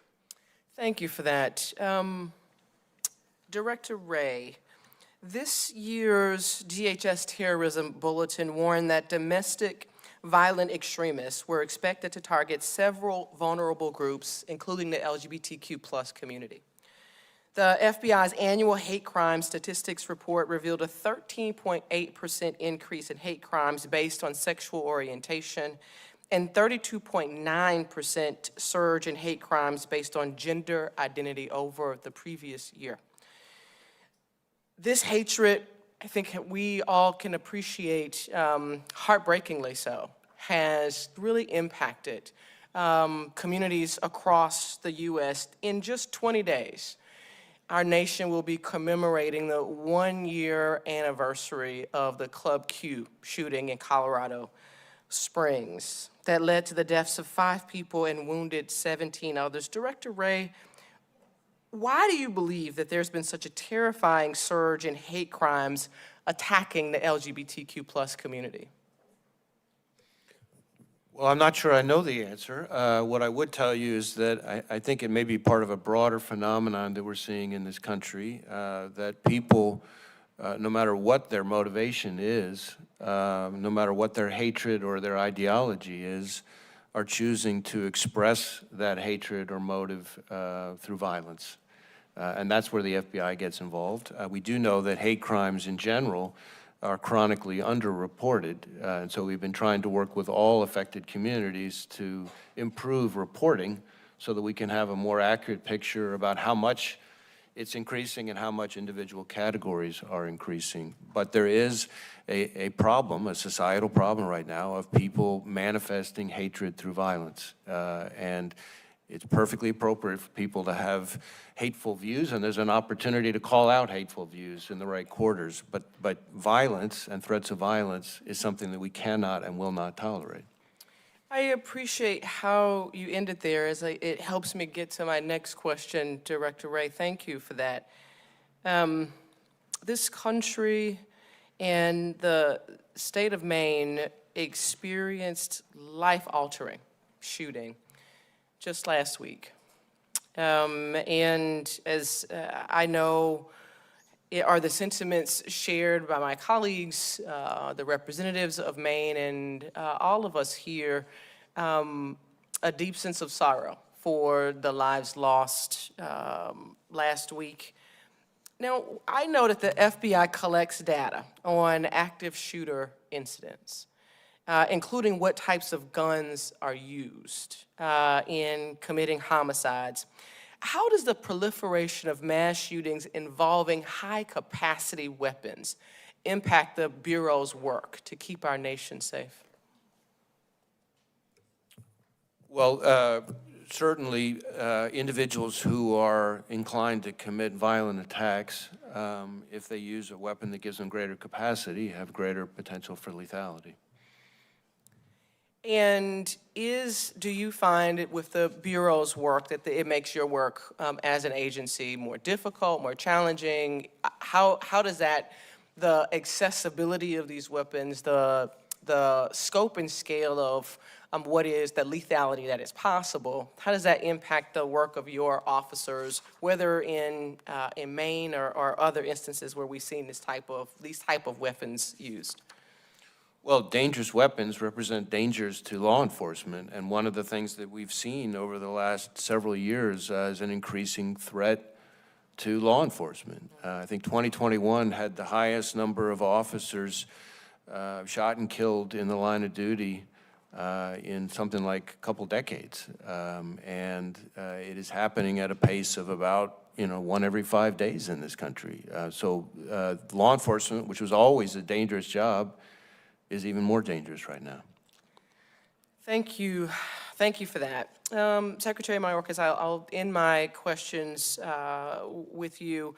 The SSP program is critical to all communities that are caring for recent arrivals to our country. I was encouraged to see the administration's supplemental request, including an additional $1.4 billion in SSP grant funding for local governments and nonprofits. This money, as you know, helps to provide food, shelter, and other services for recently arrived migrants.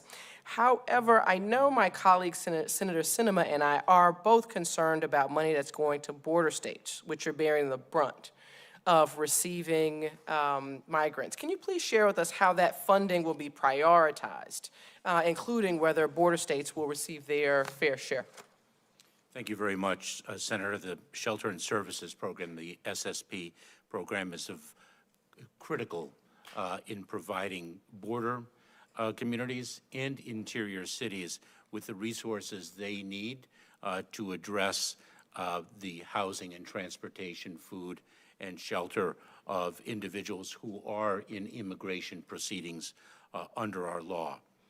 We have sought $1.4 billion. We have learned a great deal from our prior administration of the Shelter and Services Program and its predecessor, the Emergency Food and Shelter Program. We do intend to engage extensively with border communities as well as interior cities with respect to the allocation of the funds should Congress execute on what we believe is desperately needed, and we will be fair and equitable and ensure that the funds are distributed according to where the need is greatest. Thanks, Senator Butler. Senator Carper. Thank you, Mr. Chairman. First, I just want to begin by welcoming you, thanking you for what you do for our country and for what those who you lead are doing at this moment for our country. This is an important hearing. I think we all realize that, and every year we realize it. And I must say, when I left here to go to another hearing, there was I just felt not a sense of despair or hopelessness, but a sense of gratitude that we have people like you and the hundreds of thousands of men and women you lead who are willing to serve each day, sometimes at great risk to themselves, to look out for all of us and our families. The threat landscape in our country continues to evolve, and it's critical that the United States be prepared to respond to whatever comes next. In recent years, when we have held our annual All Threats hearing, the panel has testified before us in this room that domestic terrorism is the primary terroristic threat in the United States. Specifically, the most consistent threat comes from white supremacists who commit acts of violence motivated by race or by religion.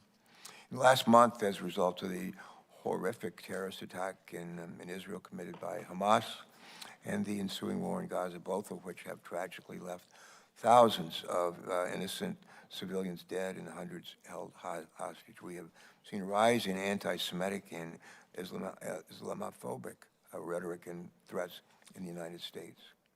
The Nonprofit Security Grant Program was established, I think, in 2004.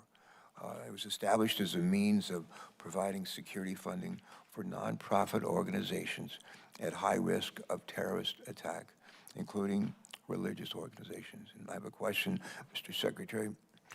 How is the Department of Homeland Security, how is the Department of Homeland Security, communicating with high-risk communities about this grant program in light of the increase in reports of threats against Jewish, against Muslim and Arab communities and institutions? Senator, first and foremost, thank you for always being a champion of the men and women of the Department of Homeland Security and across the federal enterprise. Your words of praise, sometimes delivered from the Senate floor, reverberate throughout our department and are profoundly appreciated by all. The Nonprofit Security Grant Program is a critically important tool in equipping places of worship, schools, other nonprofit organizations with the funds they need to build their own security so that their members can be safe and secure. We have seen in this administration an increase in the funding for that nonprofit security grant program. We have, specific to your question, Senator, engaged in extensive outreach to communities of all faiths to make sure they're aware of the program. We've also made the application process easier so that it is more accessible, because we well recognize that there may be target-rich institutions that are resource poor, and we have to make the program available to all. Good, thanks for that. Another question, if I could, Mr. Secretary, for you.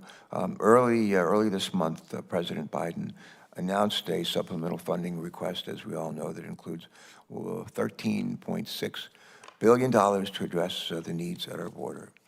The request would allow DHS to fund efforts to counter fentanyl, trafficking, support border operations, and personnel needs.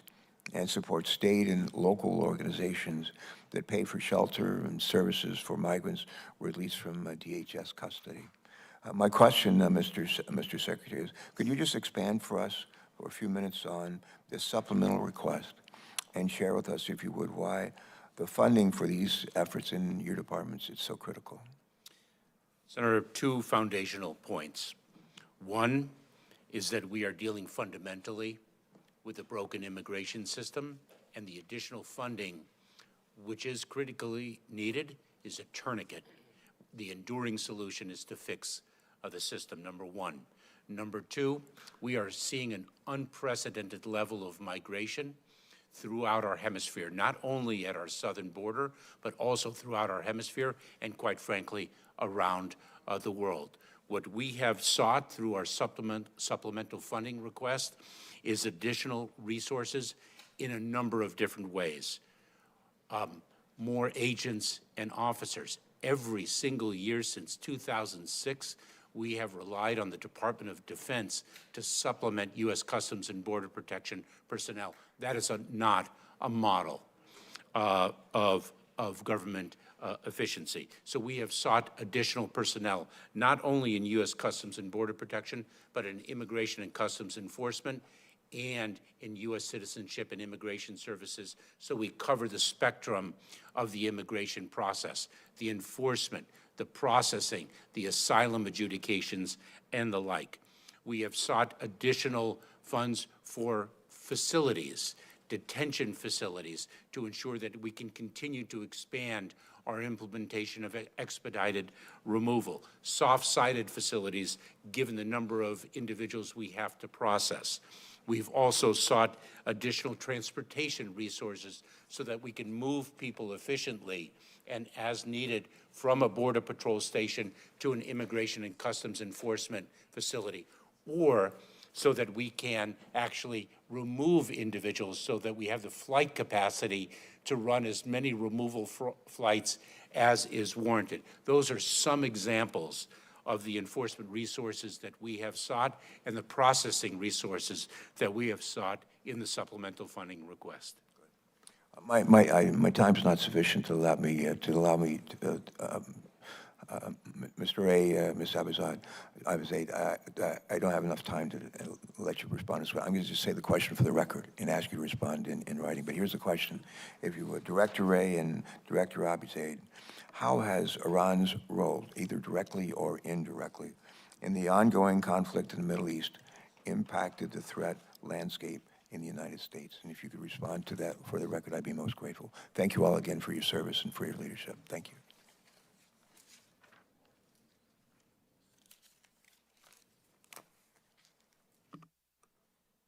Senator Hawley is recognized. Thank you, Mr. Chairman. Secretary Mayorkas, let me start with you. You're familiar with the chant, "From the river to the sea, Palestine will be free." Are you familiar with that? I am. Do you know what it means? I do.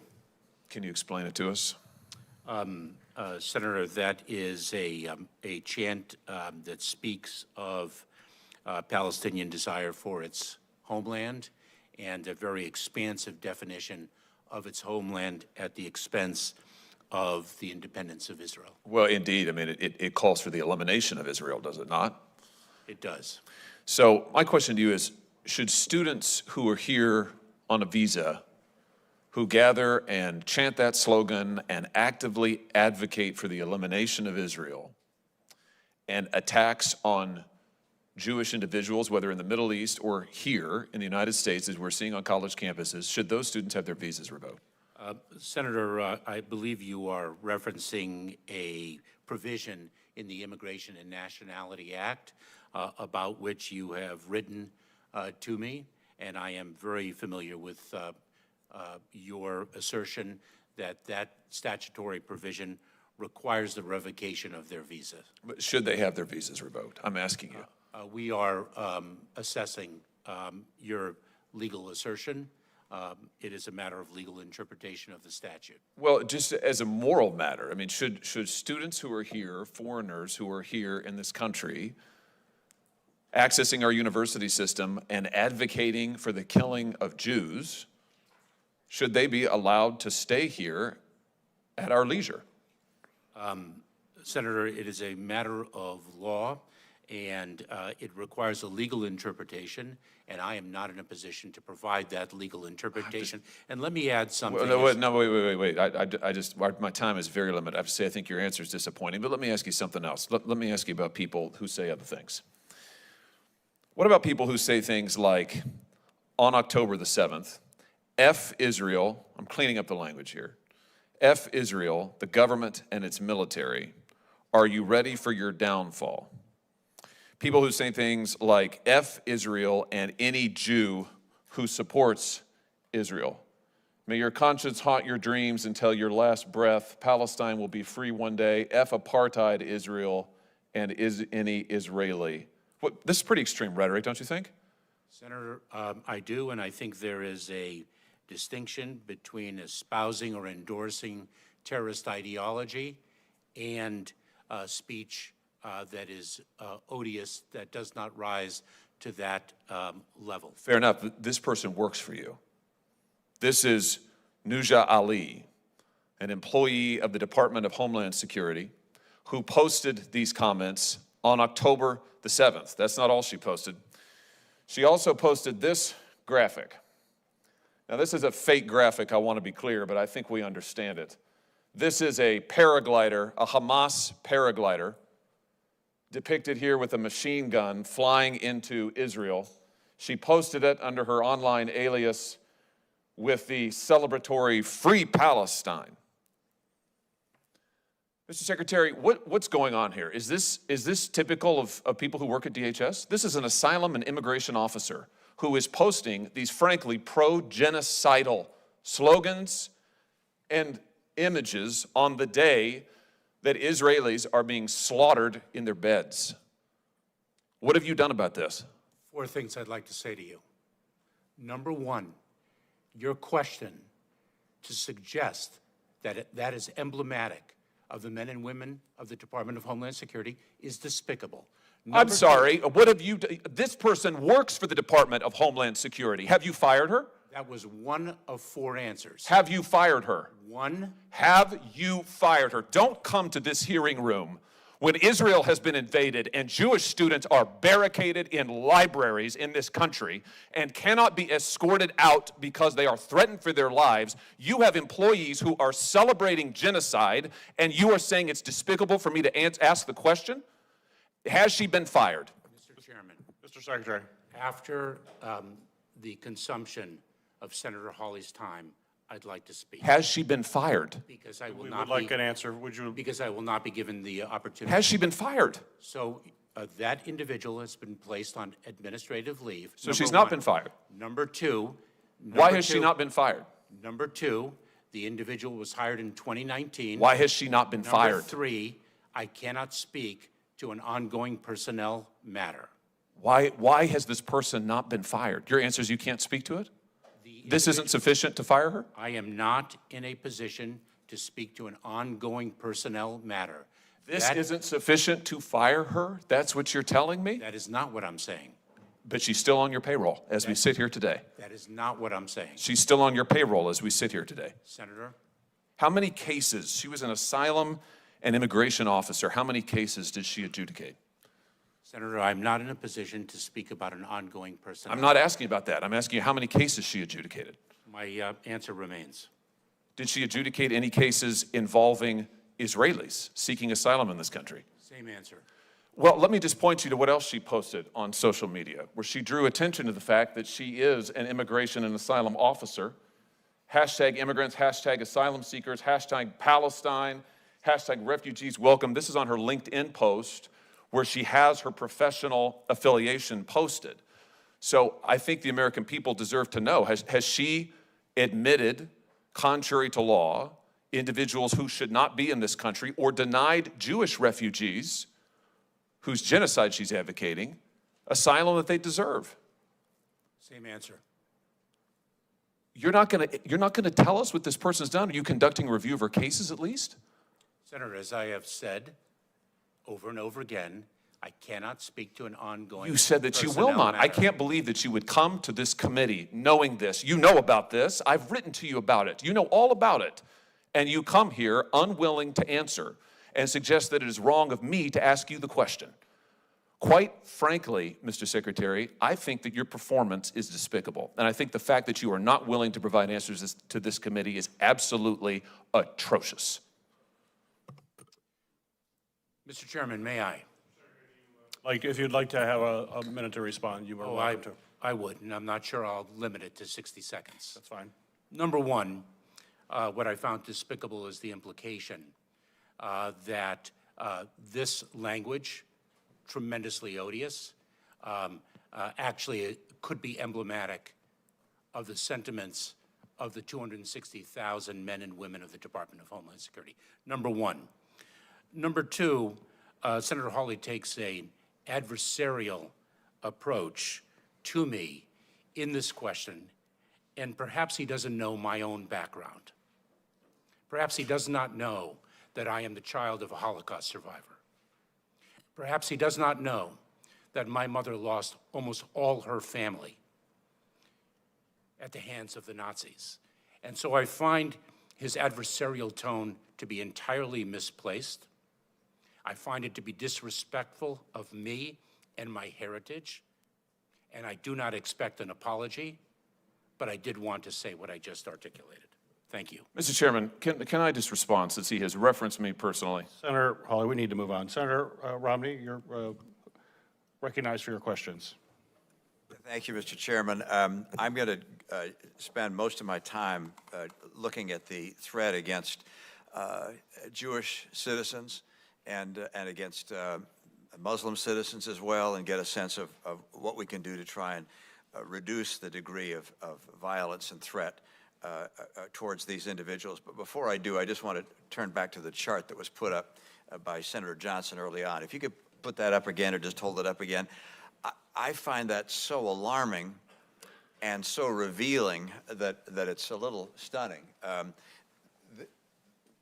This is the point, Secretary Mayorkas, when you came into office. And if that were my record, I would resign in shame, or I would have fashioned a piece of legislation designed to solve that problem and worked like crazy to get it passed. I don't think you've done either one of those things. You said several times to Senator Langford, for instance, that the asylum system is broken and we need to fix the asylum system. But you've been there 3 years. I don't know that you proposed legislation to fix the asylum system that would change what you're seeing here. Am I wrong? Have you proposed legislation that would fix asylum? We have quite a number of suggestions with respect to how to reform the asylum system, Senator Romney, and I'm very eager to work with you to achieve In what way? those. What if you had one thing you could do about fixing the asylum system that you think would bring that back to historic levels? What would it be? Well, first of all, Senator, we're dealing with an unprecedented level of migration in the hemisphere, and that cannot be forgotten in the discussion of what reform is needed and what we are experiencing. Yes, and what led to that unprecedented level of immigration illegally into the country happens to coincide with your becoming Secretary of the Department that's responsible for border security and President Biden becoming president. The key factor that's changed here is your administration. And so, again, I don't know how you can continue to come before this committee with that record without saying this is what has to be done. Now, I'm going to turn instead to the topic which I think is most pertinent right now with regards to protecting our Jewish citizens. And I look to Commissioner Wray, Director Wray at the FBI, and ask, of the attacks of a religious nature, you said some 60% are directed towards Jews in this country. Is that right? I did, and that's before, those are estimates or statistics that are before this conflict began. Oh, so it's probably gone up since then. I would expect that, but we don't have good numbers yet because it's so fresh. But I think that the point that I was trying to make there, which I really think Americans need to understand, is how wildly disproportionate if you could ever use a word like proportionate in something like this, that is. What 2.4% of the Yeah. American public, Right. 60% of religious-based hate crimes. They're getting it from racially and ethnically motivated violent extremists, ISIS-inspired violent extremists, foreign terrorist organizations, whether they be Sunni like Al-Qaeda or ISIS, or Shia like Hezbollah. And so this is a group that has the outrageous distinction of being uniquely targeted, and they need our help. What proportion of these hate crimes has been directed towards Muslims, for instance? If 60% were towards Jews, what percent towards Muslims? I don't have that percentage, but it's obviously quite a bit smaller than 60% by definition. But. And you attribute that attack on Jews to these hate groups, I presume, these terrorist groups and hate groups that focus on Jews. Is that right? Well, yes, but of course, they cover the waterfront, Right. and that's the point that I'm trying to make. You know, they unfortunately have the distinction of being targeted by every group. How do they communicate their directions to attack? What's their vehicle for getting that out? Certainly not in the New York Times and not on NBC. How do they get their message out? Well, social media plays a huge part of it, just like it does messaging on almost everything these days. Can you take action, or do you take action to try and eliminate, to the extent possible, or reduce the access these groups have through social media? Is there a way of doing that, or is it like, no, there's so many different dark web and other vehicles that their message gets out whether or not we try and interdict it? There are instances where foreign terrorist activity in the world of propaganda crosses into the material support to terrorism, to a foreign terrorist organization space, but now you're getting into a legal area that I'm not the expert on. What we really need is people, eyes and ears in the community, people letting us know when they see something of concern, so that law enforcement can take appropriate action. And that's why we spend so much time engaged in outreach to state and local law enforcement as a force multiplier, to the faith-based community as a force multiplier in effect, and to the private sector. People sometimes overlook that piece, but some guy goes into Home Depot and wants to buy a bunch of ball bearings and fertilizer and doesn't seem to know anything about what either one could be used for. We want the guy in Home Depot calling law enforcement saying something's off. Well, I deeply appreciate the work that your 37,000 employees of the FBI do to try and keep our homeland safe, and have done so remarkably well despite this level of threat. I would at the same time look to see if there's not something we can do. I understand we don't want to interdict constitutionally protected speech, but what is constitutionally protected speech? Certainly, foreign agents don't have constitutionally protected speech because they're not subject to our Constitution. I presume bots don't have constitutionally protected speech. American citizens do. But even then, citizens offer various forms of hate. And I don't know how you make the assessment of how you reduce the communication of hate across our social media that's clearly leading to the level of attacks that are being perpetrated against people of faith, and particularly Jews. Well, there is a role for different parts of society in dealing with the issue. Where the FBI fits in is dealing with violence and threats of violence. And when it crosses into that line, it doesn't matter what you're ticked off about or who you're ticked off at. That's a line you don't get to cross in our system, and that's where the FBI kicks into action. Thank you, Director. Thank you, Senator Romney. Senator Blumenthal for your questions. Thanks, Mr. Chairman. Thank you, all of you, for being here today. Thanks for your work on behalf of our country, and to the many, many men and women who work in each of your departments, many of them I've come to know. The threat of violent extremism, Director Wray, is not new after October 7th. In fact, I think the intelligence community has warned repeatedly that the most persistent and lethal threat to our internal security is, in fact, violent extremism. And I accept that we need more eyes and ears. We need more vigilance. If you see something, say something. But would there be additional legal tools that would be helpful to you in pursuing hate crimes which are not speech, they are not constitutionally protected, they involve violence, they involve physical threats or results, are there additional legislative tools that we could give you? Well, certainly we need the resources to address the issues. None of the threats that I described in my opening statement or in my questions here today are threats that I would say are fading away. They are all significant and they require attention. And everywhere I go, someone's got very good ideas about things the FBI should do more of. It's not very many responsible ideas of things that we can, at scale, do less of. Well, let me ask you specifically, the nonprofit security grant program, it's about $300 million. Last year, the President proposed increasing it by $200 million. That seems to me a fraction of what is necessary. We need to spend $1 billion on it. I'm seeing in Connecticut, again and again and again, synagogues, mosques, churches, community centers, spending scarce resources to hire security guards. Shouldn't that be a matter for the federal government to help prevent threats of that kind? Well, now you're, of course, asking about grant programs, which have a very important role here. The FBI is not a grant-making agency, but the Department of Justice and the Department of Homeland Security both, and maybe some other agencies, would have a place for that, and those do help. We should increase that kind of investment. Obviously, it's prevention, but you're in a much better position, especially in terms of resource, to conserve your efforts if violence is prevented. Well, I know that I can only speak from the FBI's end. Obviously, we spend an awful lot of time at the national level and at each one of our field offices engaged with communities of faith and the various national associations at the national level. And security is, of course, the #1 topic we're engaged with them on, and they all need more help.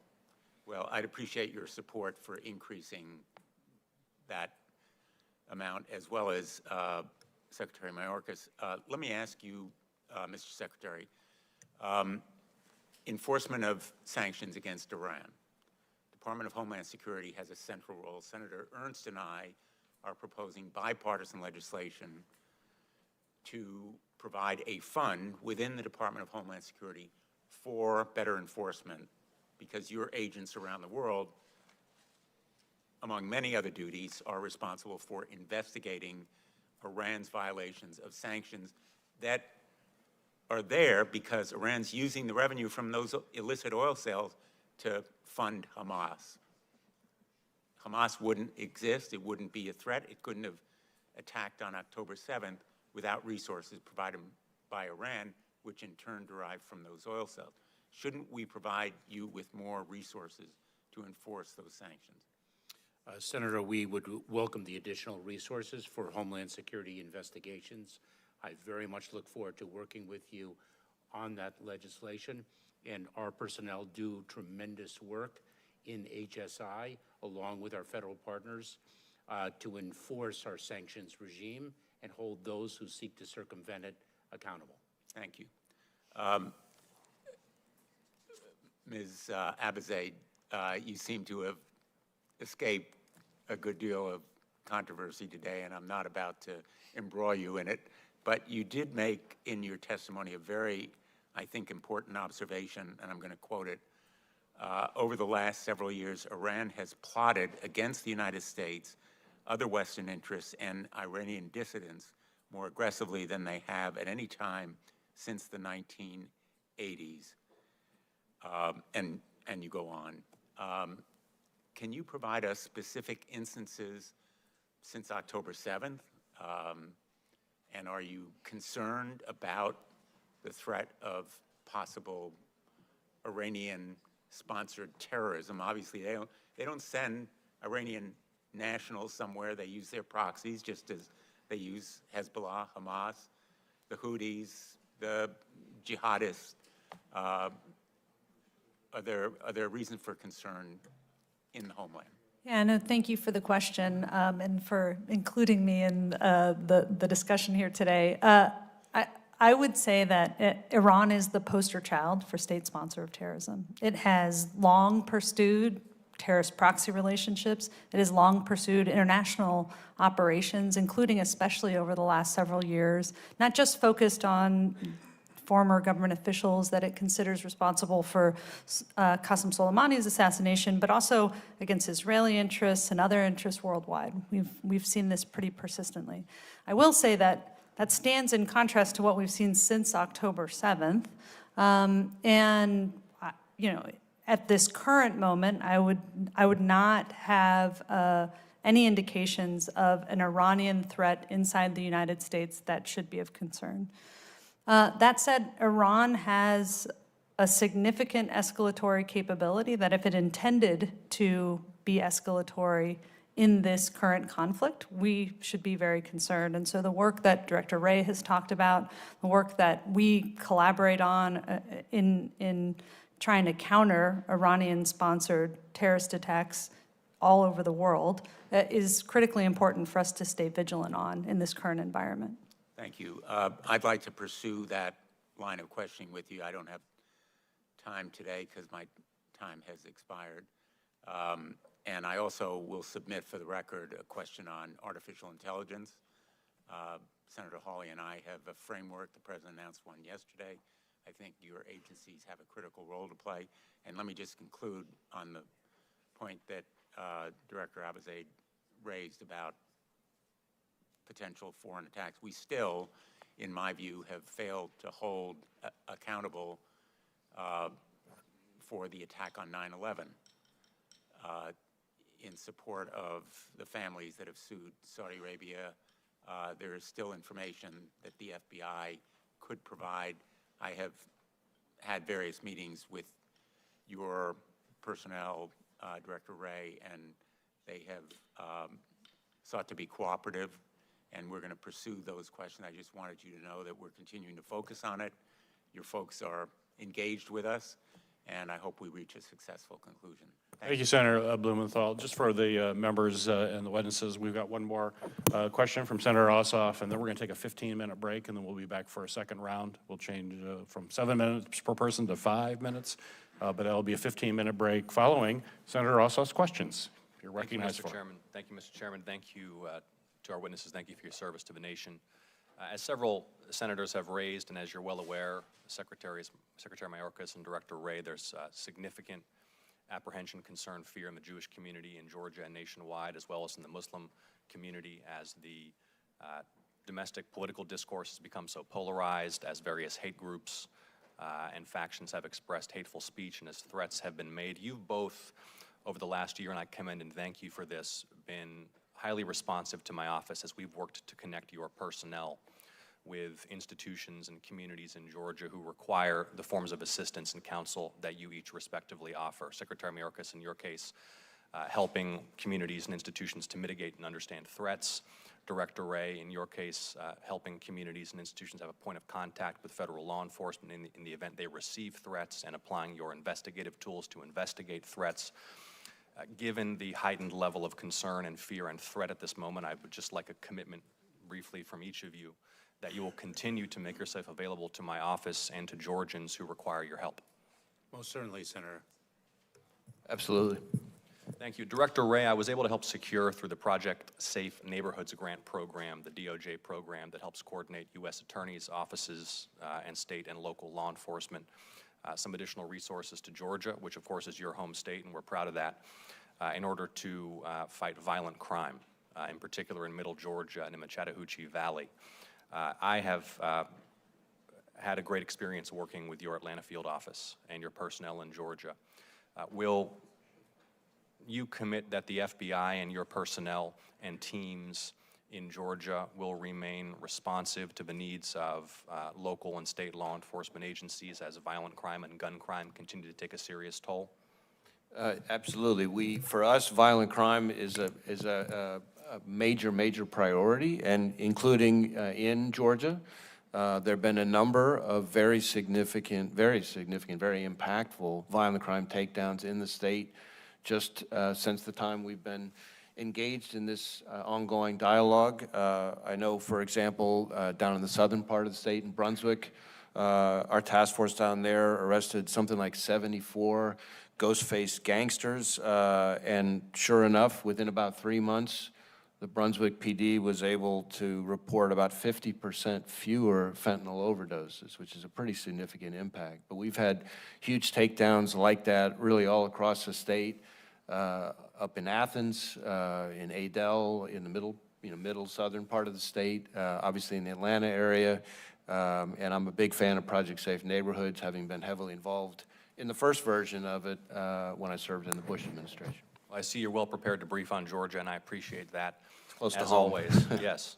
Secretary Mayorkas, the Nonprofit Security Grant Program for synagogues, for mosques, for HBCUs, it's clear to me that there's a need for more resources because we have institutions in Georgia who are applying, their applications have merit, there's a real need. The program's oversubscribed, that's not your fault, we allocate the funds. But will you please commit to working with the OMB and the Congress to try to right-size that program so that there are sufficient resources for the institutions who require about additional security support? Yes, I will, Senator. Thank you. Director Wray, in September, Senator Blackburn and I launched a bipartisan inquiry to understand how FBI's capacity to investigate child sexual abuse can be augmented, particularly given the alarming and disturbing growth in online child sexual exploitation, concern that the scope of the threat may be outpacing the Bureau's ability to respond, and we have not yet received a response to the September 13th letter that we sent to the FBI. Will you please commit to get that back to me in short order? We'll certainly get that. I'm not sure the exact timeline, but we'll of course get you a response to your letter as quickly as we can. Okay. Certainly this is an area that's of great importance, and we, for example, I had something called Operation Cross Country, which was a 2-week operation that we did all across the country that located, something like just in that 2-week period, 59 child victims of sex trafficking, 59 additional actively missing kids, arrested hundreds of predators.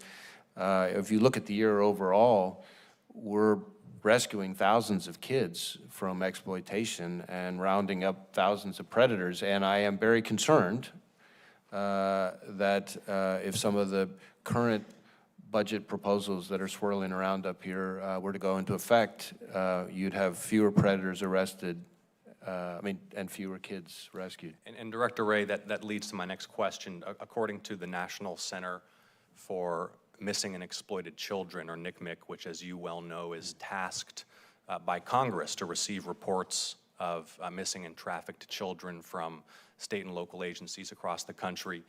In Georgia, between 2018 and 2022, there were nearly 1,800 reports of missing foster youth. And it is well understood by the Department of Health and Human Services and by law enforcement that foster youth who go missing are at acute risk of trafficking and other forms of abuse and exploitation. Can you please characterize the FBI's efforts and understanding of the particular threats posed to foster youth from human traffickers, sex traffickers, and others? And will you commit to working with me to enhance the FBI's ability to locate and free children who may be trapped by criminals? Let me follow back up with you in more detail on the specific issue of foster youth as a particularly vulnerable victim set. But I will tell you that we work very closely with NCMEC. I've been over there myself. I consider them a very valuable part of this whole response to the threat. But it is a major problem across this country. That we have kids, even in this day and age, being victimized and exploited by predators really all across the country. And NCMEC does a great job. They are a highly credible organization. And I'd like to get that data in front of you so you're aware of the scope of the threat to these foster children in Georgia. Will you take a look at it when I send it over to you? Yes, sir. Thank you, Director Wray. Thank you, Senator Ossoff. We're now going to take a 15-minute recess. I'm going to be briefly down in the Appropriations Committee, so Senator Haslund will be gaveling us back in right at 12:45 from our recess. So see everybody back here at 12:45.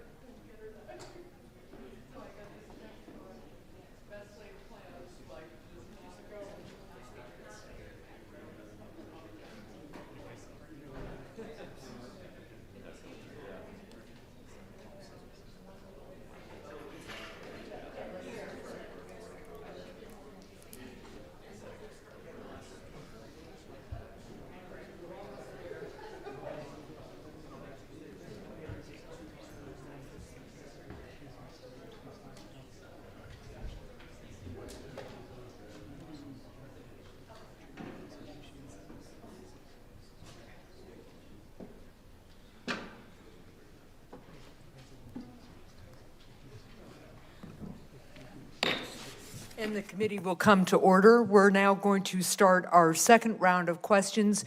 Members will each have the opportunity to ask 5 minutes of questions, and I will start with a question to Secretary Mayorkas. While border apprehensions decreased slightly in fiscal year 2023 compared to fiscal year 2022, for the second year in a row, there were more than 2 million individuals apprehended crossing the southern border. Apprehensions of family units also dramatically increased in August and September of this year. We have to strengthen border security in ways that not only protect our national security, but are also humane and consistent with American values. That approach needs to include technology, personnel, and physical barriers where it is strategically useful. I'm glad to see that DHS has reversed course from the beginning of the administration and unfrozen funding to fill certain gaps in physical barriers at the border. These gaps create obvious problems, such as the 20-foot gap in fencing I saw in Texas last year when I observed people running back and forth across the border through that gap.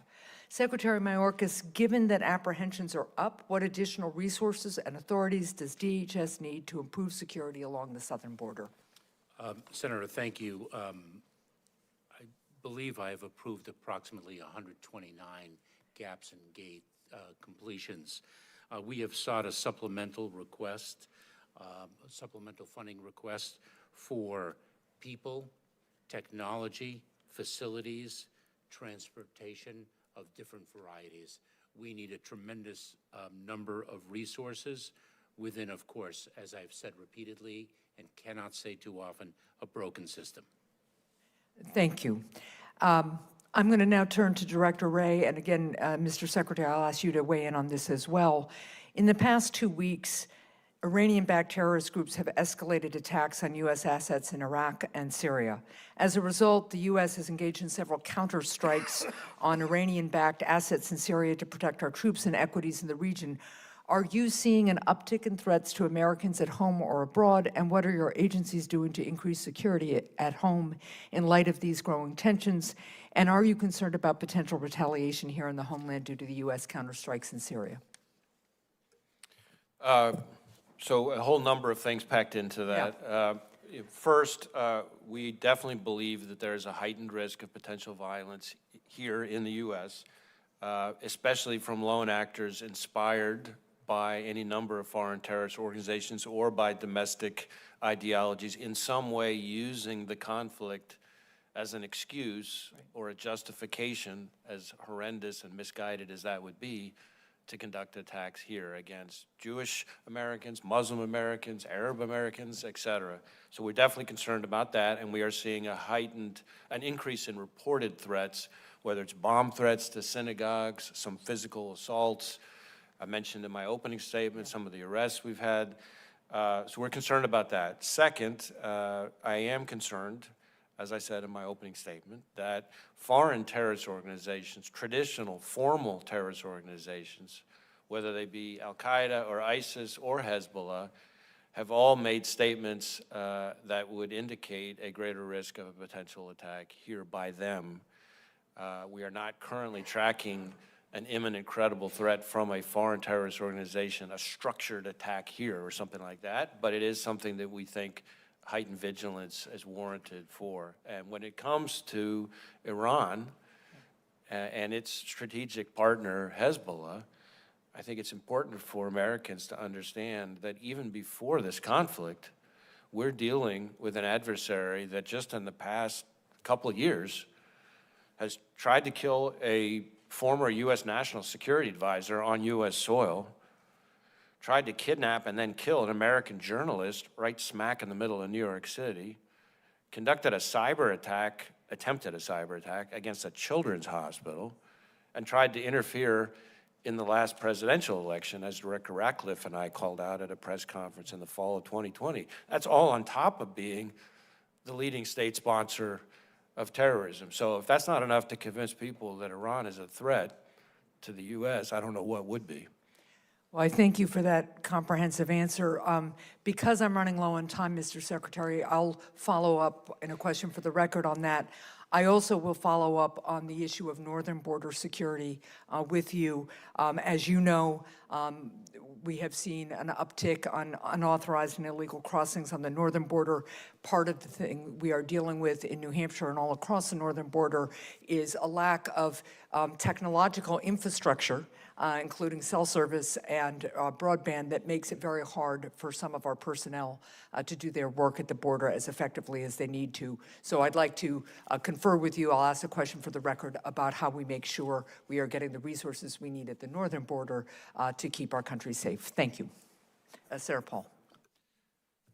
Director Wray, as you mentioned earlier, the FBI has concluded with moderate confidence that the virus leaked from the lab in Wuhan. The intriguing thing is that if I were to say that, as I did, and others said this for over a year and a half, Facebook actually suppressed that knowledge, suppressed its spread, and its ability to be transferred from their users. Whether or not they did that at the behest of the FBI or the DHS is eventually going to come out in the court case, but it is a big deal. I've met with the FBI, and one of the things I'm interested in is trying to get people on both sides of the aisle to be interested in the possibility that what happened in Wuhan could happen in the United States. It could happen in 20 different labs around the world. It could happen with nefarious actors. It's something we should be concerned with, the idea of making and creating viruses that are more dangerous than occur in nature. One thing that would help us would be to reveal more to us of your conclusions. So, for example, for the longest time, I'm pretty sure it was classified that you had even concluded that. I think your public statements were the first time we ever were heard publicly that the FBI had actually made a conclusion. So even the conclusion was secret for a long time. Now, you had to have an analysis. You must have a paper sort of description of your thought process. We passed unanimously legislation to declassify all this stuff. Most of the stuff doesn't need to be classified. A lot of those conclusions are just basically, had them out in the public, and we've been discussing this. But it would help the debate and maybe help us prevent something like this from happening again if you'd release your report. Are you going to declassify and release your report that allows you to conclude with moderate confidence that the virus came from the lab? Well, I know my staff has been engaged with you directly on this, including the head of our WMD directorate, and I expect that to continue. I know you've asked for a number of documents that I believe we're getting ready to provide to you potentially as early as this week. As to what can be shared publicly as opposed to shared with you in your oversight capacity, that gets a little more complicated because sometimes the information is interwoven with other agencies' information we don't entirely control. We don't want to know who your sources are. We want to hear your conclusions. We want to have what your scientists have looked at. And one of the specific things we asked them, they said they would be forthcoming with, and the meeting seemed to include cooperation, but then they just go dark on us. So, for example, one of the most important information from my point of view that suggests this came from Wuhan is that in 2018, the lab in Wuhan, along with a scientist at University of North Carolina, along with Peter Daszak, applied for money from DARPA. They wanted to create a coronavirus that had a cleavage site in it that's more commonly found in human viruses. They were denied the money, but that led us to thinking, and a lot of people thinking, wow, they were already asking for money to create a virus that has the same structure as COVID had. There apparently are other grants, and I've been trying to get the grants from government for 3 years. The most secretive organization in our government with regard to COVID is HHS and NIH. We pay for all their grants. None of their stuff's classified. They won't give us the stuff. But I think in your review, my guess is your people knew where to look, and I asked them, are there other grants like the Diffuse grant from DARPA that was denied that you can point us to, 4 or 5 other grants that were either given to them in Wuhan, denied to them in Wuhan, maybe given to another country somewhere around the world, but worried us that, and were circumstantial evidence leading us to the conclusion. Those things should be easy. They're non-classified. We can't get them from the NIH. If you've seen them, we just want you to help us because it needs to be public because our concern is this could happen again. There are scientists, legitimate, pedigreed virologists at major universities who believe not only that this came from this lab, but the next one could kill 5 to 50%. What if they're aerosolizing Ebola virus or Marburg virus or Nipah virus? This is as dangerous as nuclear weapons, but we've had only one side sort of interested in this so far.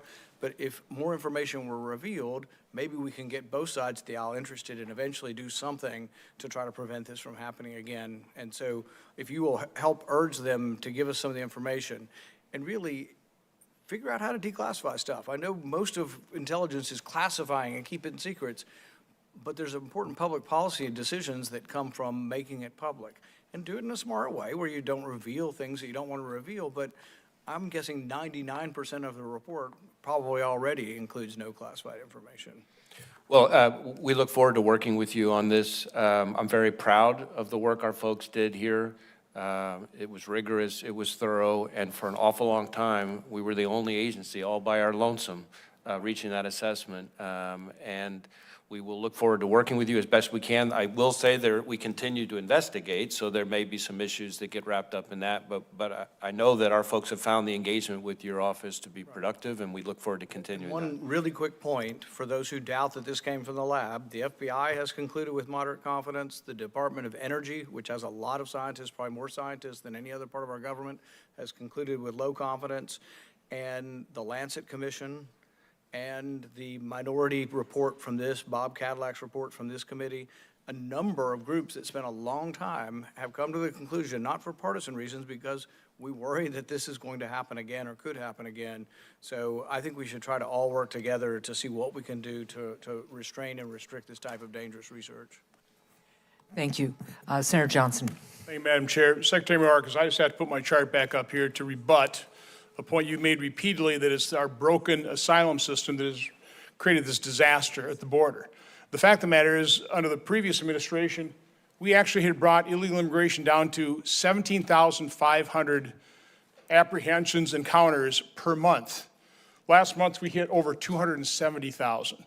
And that was done under the previous administration with our same broken asylum system. The root cause of this disaster, literally, is President Biden and you. Now, Director Wray,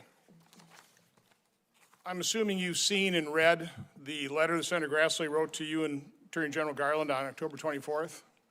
I'm generally aware of it. Oh, you ought to read it. Let me read some segments to you. The FBI maintained over 40 confidential human sources that provided criminal information related to Joe Biden, James Biden, and Hunter Biden. An essential question that must be answered in this: did the FBI investigate the information or shut it down? Certainly there's a host of reasons to conclude that they attempted to shut it down. It goes on. It has been alleged that the basis for shutting down the investigative activity, shutting it down, was an August 2020 assessment created by FBI Supervisory Intelligence Analyst Brian Auten. That assessment was used by FBI headquarters team to improperly discredit negative Hunter Biden information as disinformation and cause investigative activity to cease. It goes on. Analyst Brian Auten opened the aforementioned assessment, which was used by the Foreign Influence Task Force to seek out CHS holdings at FBI field offices across the country relating to the Biden family and falsely discredit them as foreign disinformation. My staff calls that catch and kill. And by the way, it was that same task force that gave Senator Grassley and I our unsolicited briefing that was later leaked to the media to smear me and impact my 2022 election. Senator Grassley concludes, there appears to be an effort within the Justice Department and FBI to shut down investigative activity relating to the Biden family. Such decisions point to significant political bias infecting the decision-making of not only the Attorney General and FBI Director, but also line agents and prosecutors. Our republic cannot survive such a political infection, and you have an obligation to this country to clear the air. Let me ask another, and by the way, I'd ask that this unanimous consent that this letter be entered in the record, and also this column that appeared in the Wall Street Journal published yesterday. Have you read this one? More on the stifled Hunter Biden probe. I have seen that. Okay. We'll enter that in the record. Again, this column is written based on the October 23rd Judiciary Committee interview with former U.S. Attorney Scott Brady, who was tapped by Attorney General Barr to vet information related to Ukrainian corruption and pass along credible material to offices with ongoing investigations. I'll get some highlights here. The FBI office in Pittsburgh couldn't take any steps without the review and approval of FBI headquarters. Mr. Brady describes a reluctance on the part of the FBI to really do any tasking related to allegations of Ukrainian corruption broadly, and then specifically anything that intersected with Hunter Biden and his role in Burisma. FBI headquarters had to sign off on every assignment, no matter how small or routine, and that this sometimes required 17 different people, mostly at the headquarter level. Mr. Brady said he'd never in his DOJ career seen anything like it. Mr. Brady says his office was informed by members of the Pittsburgh FBI team that they had been instructed by headquarters not to affirmatively share information with the Brady team. He said he was surprised to learn that the FBI possessed the Hunter Biden laptop since 2019. He heard that through public reports. Senator Grassley's letter concludes that he has obtained names from his whistleblower, 25 Department of Justice FBI personnel, to interview at a future date, and he's also requesting a bunch of information. Will you provide those FBI personnel for interviews with his office in mind, and will you provide those documents? Well, I'll have to review the specific requests, and we'll see how we can be helpful. Okay, well, I'll hand you this letter. Final point I want to make. I was briefed a couple weeks ago by members of the FBI on what Senator Blumenthal are doing to try and unredact a lot of the information on the 9/11 event, okay? Now, the briefers seem to be people of integrity, like I think the vast majority of the men and women that work in the FBI, the 38,000 field agents. So again, they were people with integrity. The problem is that they gave me 3 different examples of redacted and then unredacted to explain it. And the redactions made sense of those 3 examples, but I had to make the point. The problem I have is I simply cannot trust what the FBI is providing me. And I don't say that with any joy in my heart. That's a travesty. The American people want to believe and have trust in the FBI. We want credibility and integrity restored to your institution. But Director Wray, you have not done that since assuming office. And I could go through a long laundry list of the reasons why that trust has been violated. I don't have it right now. I'm happy to sit down and meet with you and go over these things in detail. But I would say, because they asked me, what can we do to restore trust? Start being transparent. My final point is, and this is actually a question, why is it, and this makes no sense, I'm an elected U.S. Senator. I have the highest security clearance. Why is it that unelected members of the FBI can see the documents unredacted, but I can't, even in a secure briefing room? That makes no sense whatsoever, but that's exactly how federal law enforcement, Department of Justice, the FBI, who are the law, remain above the law, remain above scrutiny, and completely scorn our constitutional responsibility and authority to provide oversight. We just can't do it, as the chairman was talking about earlier, about how you've basically ignored his requests for credit for or questions for the record. Mr. Chairman, may I respond? You may. So needless to say, I disagree with your characterization, not only of my own performance, but of our workforce. I will tell you, when it comes to trust and confidence, the number of people applying to be special agents of the FBI has gone up dramatically since I've been FBI director. And in fact, in your home state of Wisconsin, it's gone up about 160-something%, which is one of the highest in the country. So I see an FBI every day that conducts themselves with integrity and professionalism and selflessness and rigor. And I do not accept the characterization of our performance in this particular case. That is not how I characterized it. I'm talking about partisanship at the top with some specific partisan actors. I said the vast majority of the 38,000 are people of integrity. And the idea that I, as a Republican appointee and a lifelong Republican, am biased in the way that you are describing makes absolutely no sense. I'm happy to read you chapter and verse of all the reasons why that credibility has been destroyed.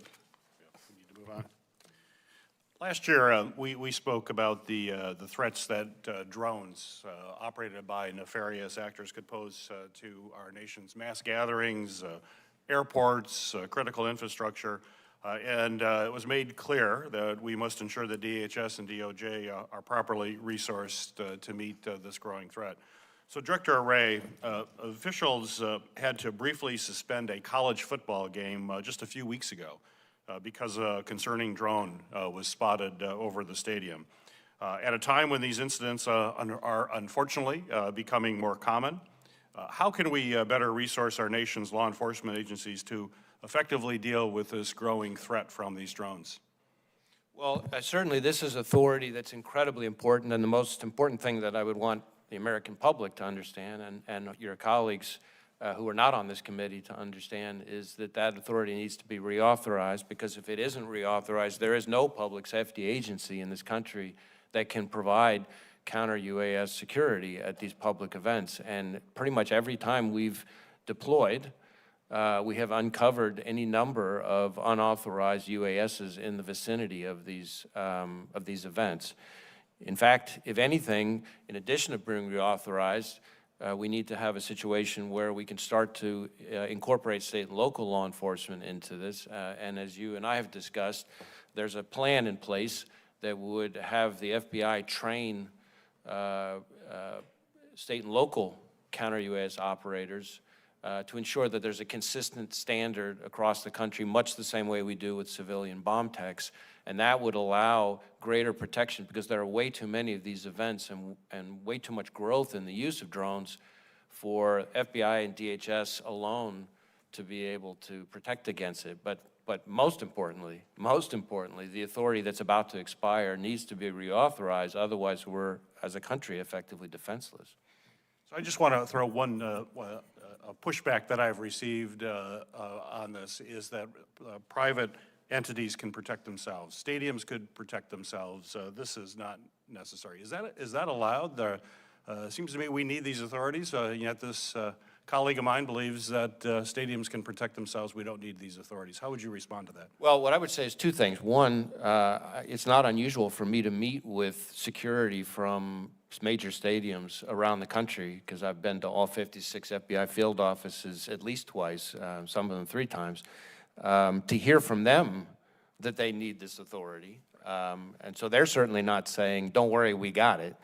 But the second thing I would say is that the authority that I've just described ensures a level of quality control. So to me, it's sort of the best of both worlds. We provide the security the American people need with the quality control that that would otherwise be lacking if people started engaging in potentially not lawful self-help. Right. Secretary Mayorkas, airports are uniquely vulnerable to these drone threats, and one of my greatest concerns is a drone interfering with a commercial aircraft near the airport. So talk to me and have the committee know how important these authorities are, particularly in protecting aircraft, and whether or not folks can do it themselves or we need to do this, and this is why we need these authorities. Mr. Chairman, I thank you. I echo everything Director Wray expressed with respect to the criticality of renewing our authorities under the Counter Unmanned Aerial Systems law. It expires November 18th. The same holds true for airports. Owners and operators of aircraft have communicated to us loudly and clearly that the federal authority needs to be maintained. They cannot protect the airspace by themselves. I think that is a misimpression of the reality that we confront. And it's not only these large public facilities, these airports and the like, it's also importantly the border. We take down the drones of the cartels that are seeking to move contraband across the border. It is a very, very important authority that we have. Great. Thank you. Senator Scott, you're recognized for your questions. Thank you, Chairman. Again, thank you all for being here. You know, I'll tell you, I was involved in politics until I ran for governor in 2010. But the one thing that has surprised me up here is the lack of information. I mean, you know, I don't know the specifics that Senator Johnson was asking for, but it has surprised me how difficult it is just to get basic information. And what I learned as my time as governor is just if you weren't transparent, then people assume the worst. So, and I'm sure I've never had y'all's jobs, so I know your jobs are hard, but the more information you can get out there, your lives will be easier, I assume. So, but I haven't had your job, so take it with a grain of salt. So, Secretary Mayorkas, as you heard during my discussion with Director Wray, I'm concerned about our country is once again missing the clear and present dangers that are at risk of a terror attack on American soil, coordinated or orchestrated by a foreign terror organization. It's probably the highest in my lifetime. Like Director Wray, you have warned since the October 7th attack by Iran-backed Hamas terrorists on Israel that there are increased threats to Americans and of attacks on U.S. soil. And a lot of people can talk about how we got here. I'd like to focus on how we're going to fix this. In the past 3 years, CBP has caught 264 individuals on the terror watch list attempting to illegally enter the U.S. through the southwest border, which is, my understanding, a record high. More terrifying, since January 2021, more than 1.7 million gotaways have evaded Border Patrol and escaped into the interior. We don't have any idea who these people are. They could be harmless, they could be terrorists. But what I've seen, when talking to CBP agents, if they're harmless, they tend to want to be caught by CBP because they're given care and a place to stay. The ones that run away from agents likely probably have something to hide. And also when you go to the border, people have thrown their IDs away so people don't know who they are. All told, during the Biden administration, CBP has encountered, my understanding, 6.4 million illegal aliens along the southwest border. Tens of thousands of illegal aliens have been caught between ports of entry trying to sneak into our country undetected from countries that harbor terrorism. We're talking about places like Iran and Syria, both they're on the state-sponsored terrorism list, and countries that pose a potential national security risk to the U.S. like Communist China, who funds Iran. This February, the State Department issued its Country Report on Terrorism 2021, which says Lebanon-based and Iran-backed terrorist groups, Hezbollah, continued its long history of activity in the Western Hemisphere. And we know that Iran-backed terrorists are harbored by failed states like Venezuela. On October 20, CBP issued a memo warning that foreigner fighters from the Middle East might be trying to enter the U.S. from Mexico. In the past two years, CBP agents have encountered 659 people from Iran. So that's 600, think about that, 659 people from Iran, which they chant death to America, and they want to kill all the Jews in Israel. So this is concerning, especially considering the recent Iran-backed attack on our brave U.S. servicemen and women in Iraq and Syria. So Secretary Mayorkas, you recently spoke to some Jewish leaders. You said, quote, "We remain very concerned about the lone wolf, the individual incited to violence by ideology of hate." So this is the same question I asked Director Wray. Is it fair for the American people to interpret this as you are not concerned at all with a coordinated attack by foreign terrorists on Americans here on U.S. soil? Senator Scott, I would answer that exactly as Director Wray did. We are concerned about all threats, all hazards across the entire spectrum, as I captured in my opening statement, and the safety and security of the American people is our highest priority. Okay. Can you say that Hamas, Hezbollah, or other Iran-backed terrorists are not in the U.S. currently after possibly illegally crossing our southern border? Senator, let me assure you that anyone who poses a threat to our national security or our public safety is an enforcement priority of ours, and we use our detention capabilities to the fullest extent. So you acknowledge that with the number of people that have come across the border, we have the risk of Hezbollah, Hamas, people like that? We meet that risk with extraordinary capabilities of our personnel. Okay. So I just have a final question for each of you, and we'll start with Director Wray. So do you believe, is the United States safer from foreign terror threats today? Are we safer than when Joe Biden took office, from the day he took office?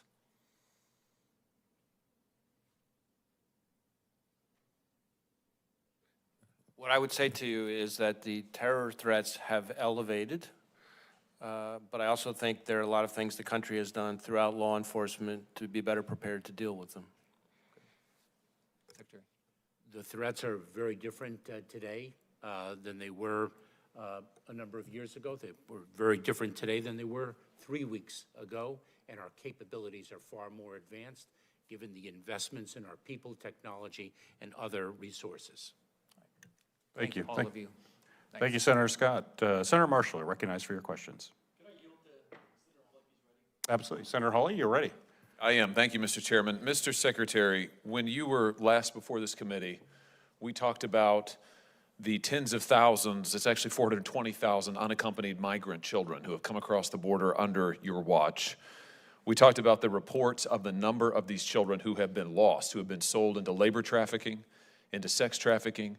Since your last appearance, the numbers have grown worse. It now approaches 100,000 children, according to public reports, 100,000 children lost by your department and the Biden administration, migrant children sold into labor trafficking and sex trafficking. Now, your Department of Homeland Security Investigations has the authority to do child exploitation investigations. How many of these kids have you gotten back? Senator, we actually have prioritized the rescue of children who have been human trafficked. Our role in the immigration process is to with respect to unaccompanied children specifically, is to turn them over under the law within 72 hours to the Department of Health and Human Services, and that is indeed what we do. But how many of the children, nearly 100,000 children in the New York, you've read the New York Times reports, I assume, Mr. Secretary.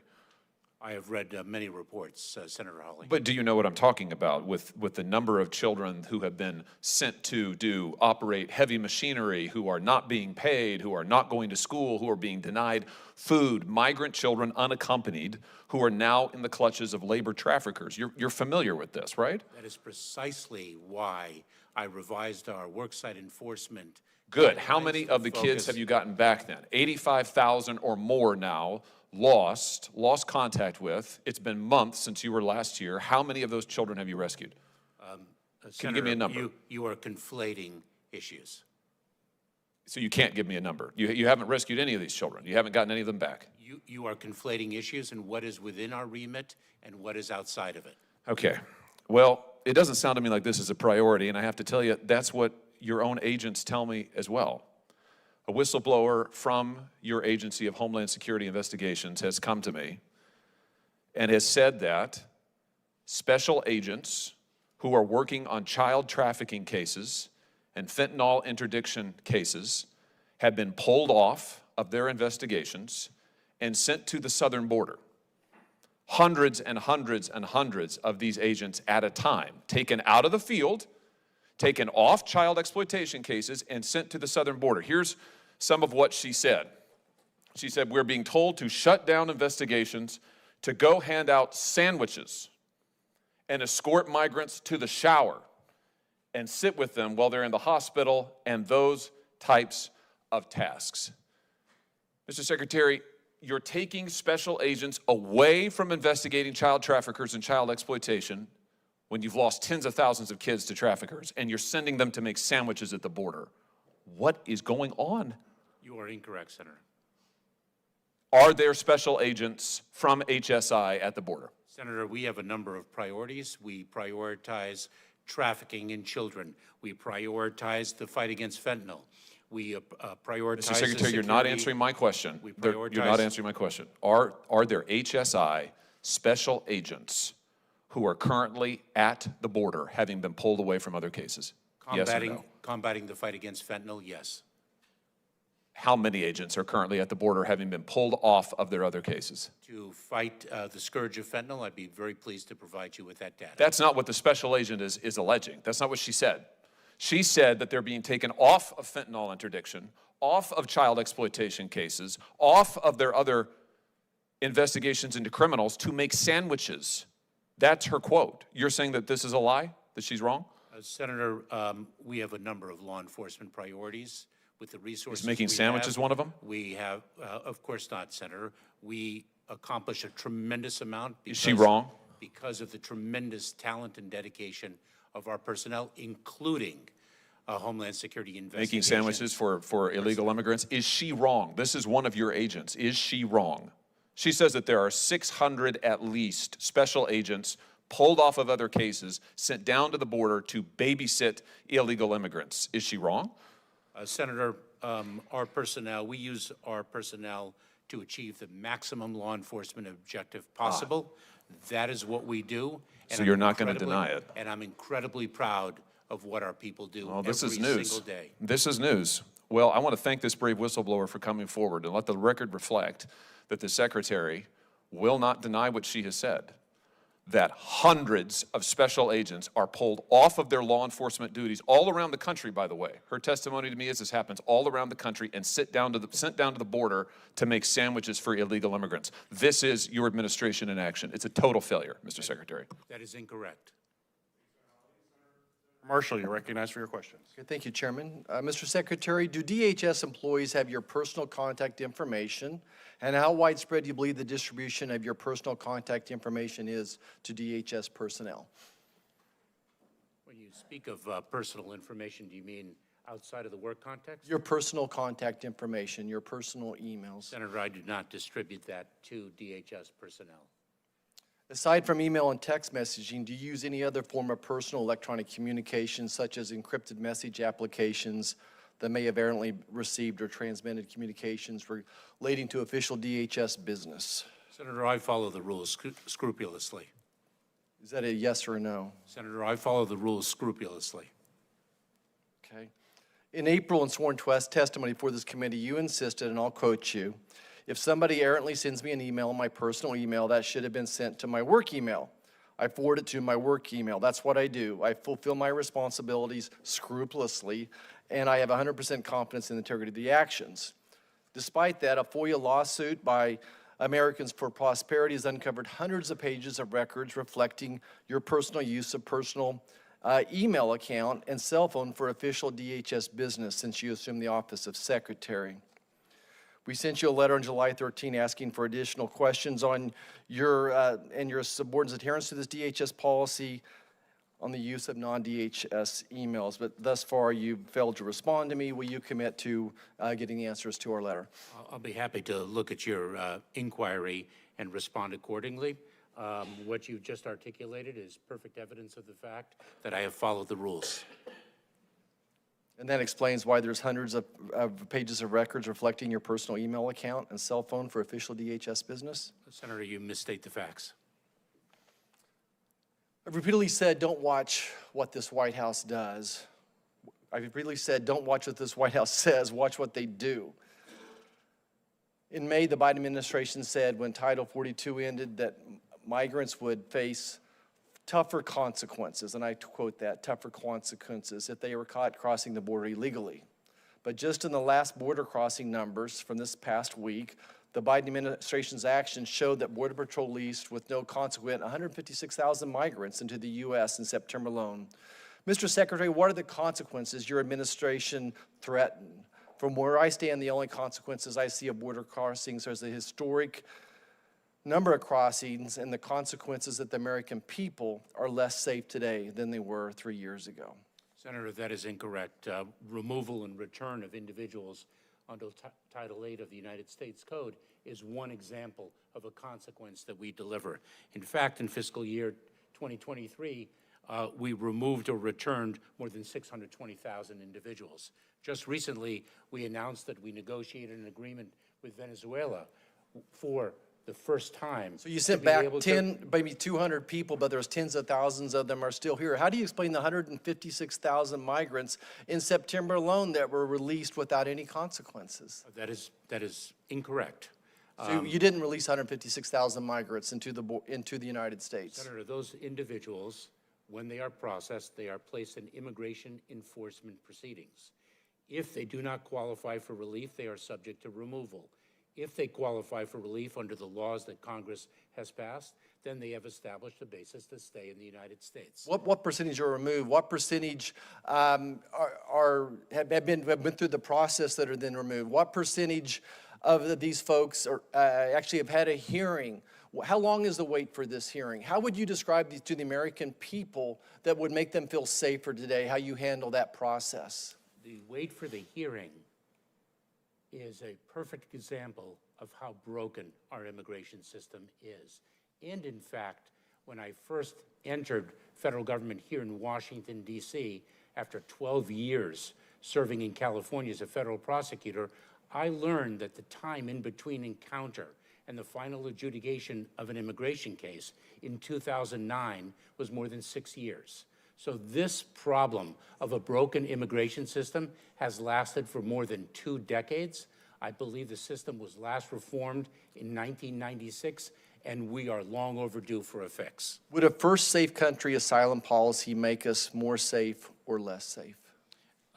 Senator, the issue of a safe third country agreement is a matter of negotiation with third countries. That's not my question. Would it make us more safe or less safe if there was indeed one? It is a complex question that cannot be distilled with a simple question and answer as you have posed. 2/3, maybe 70% of the people that are encountered at our borders go through an asylum process. What percentage would you estimate if there was a third country policy in effect, or a first safe country in effect? What percentage would that eliminate from ever even getting to our border? I think that's a very difficult statistic Not a to guess. present. I mean, you're the Secretary of Homeland Security. You don't have a guess how much of an impact that would make. Oh, I'm not in the guessing business, but I will say this, that when you ask about a consequence in the absence of one, I think it would be important to ask the more than 1.2 million people in fiscal year 2023 who've been returned, removed, or expelled under the law. Thank you. I yield back. Great. Thank you, Senator Marshall. Well, I want to thank our witnesses, but I have one more question, and I'm going to ask Director Abizaid this question. The biological threat landscape is clearly growing in complexity. For example, the convergence of biological sciences with emerging technologies such as AI is offering all sorts of opportunities to create bioweapons. So my question for you, Director, is due in part to the pandemic, we're seeing biolabs spring up all over the world right now. And I, as well as many other experts, are worried that they're not being built to or operated according to appropriate safety standards. So I'd like you to address the committee as to what threats do these weak lab safety and security practices overseas pose to our homeland security? What should we be thinking about? What should we be doing? Yeah, thank you for the question, Senator. This is something that we work closely with our colleagues at NCBC on to, one, try and understand the threat environment, and then two, what kind of protections would best protect against it. Most of what we see today would be at a level of sophistication that the terrorist actors that we follow would not be able to immediately leverage for their own purposes. You mentioned technologies like AI significantly increasing that threat, that capability over time. And I think especially as next generation models of AI come into play, that's going to be something that we'll need to be concerned about. And so regulatory frameworks or different kinds of protections on some of those models that protect against bad actors getting access to the most dangerous kinds of information to assist their capabilities is going to be important. As we look at lab security, one of the things that NCBC is working with its partners on is trying to expand the scope of its monitoring program beyond the sort of high sophistication labs to some of these lower sophistication labs that you mentioned that are of concern. Great. Well, thank you.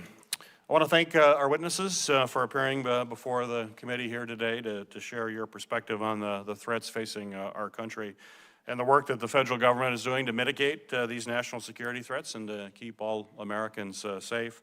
I look forward to working with my colleagues on both sides of the aisle in the months ahead to ensure that Congress is doing its part to stay innovative and vigilant in the face of constantly evolving threats. On behalf of this committee, I'd also want to take this opportunity to thank the incredibly dedicated men and women at your respective agencies for the work that they perform on a daily basis, every single day, to keep our nation safe and to keep us safe from a constantly evolving threat environment. We can't thank them enough. Please convey to each and every one of them how much we appreciate that. The hearing for this, or the record rather, for this hearing will remain open for 15 days until November 15th at 5 p.m. for the submission of statements and questions for the record. This hearing is now adjourned.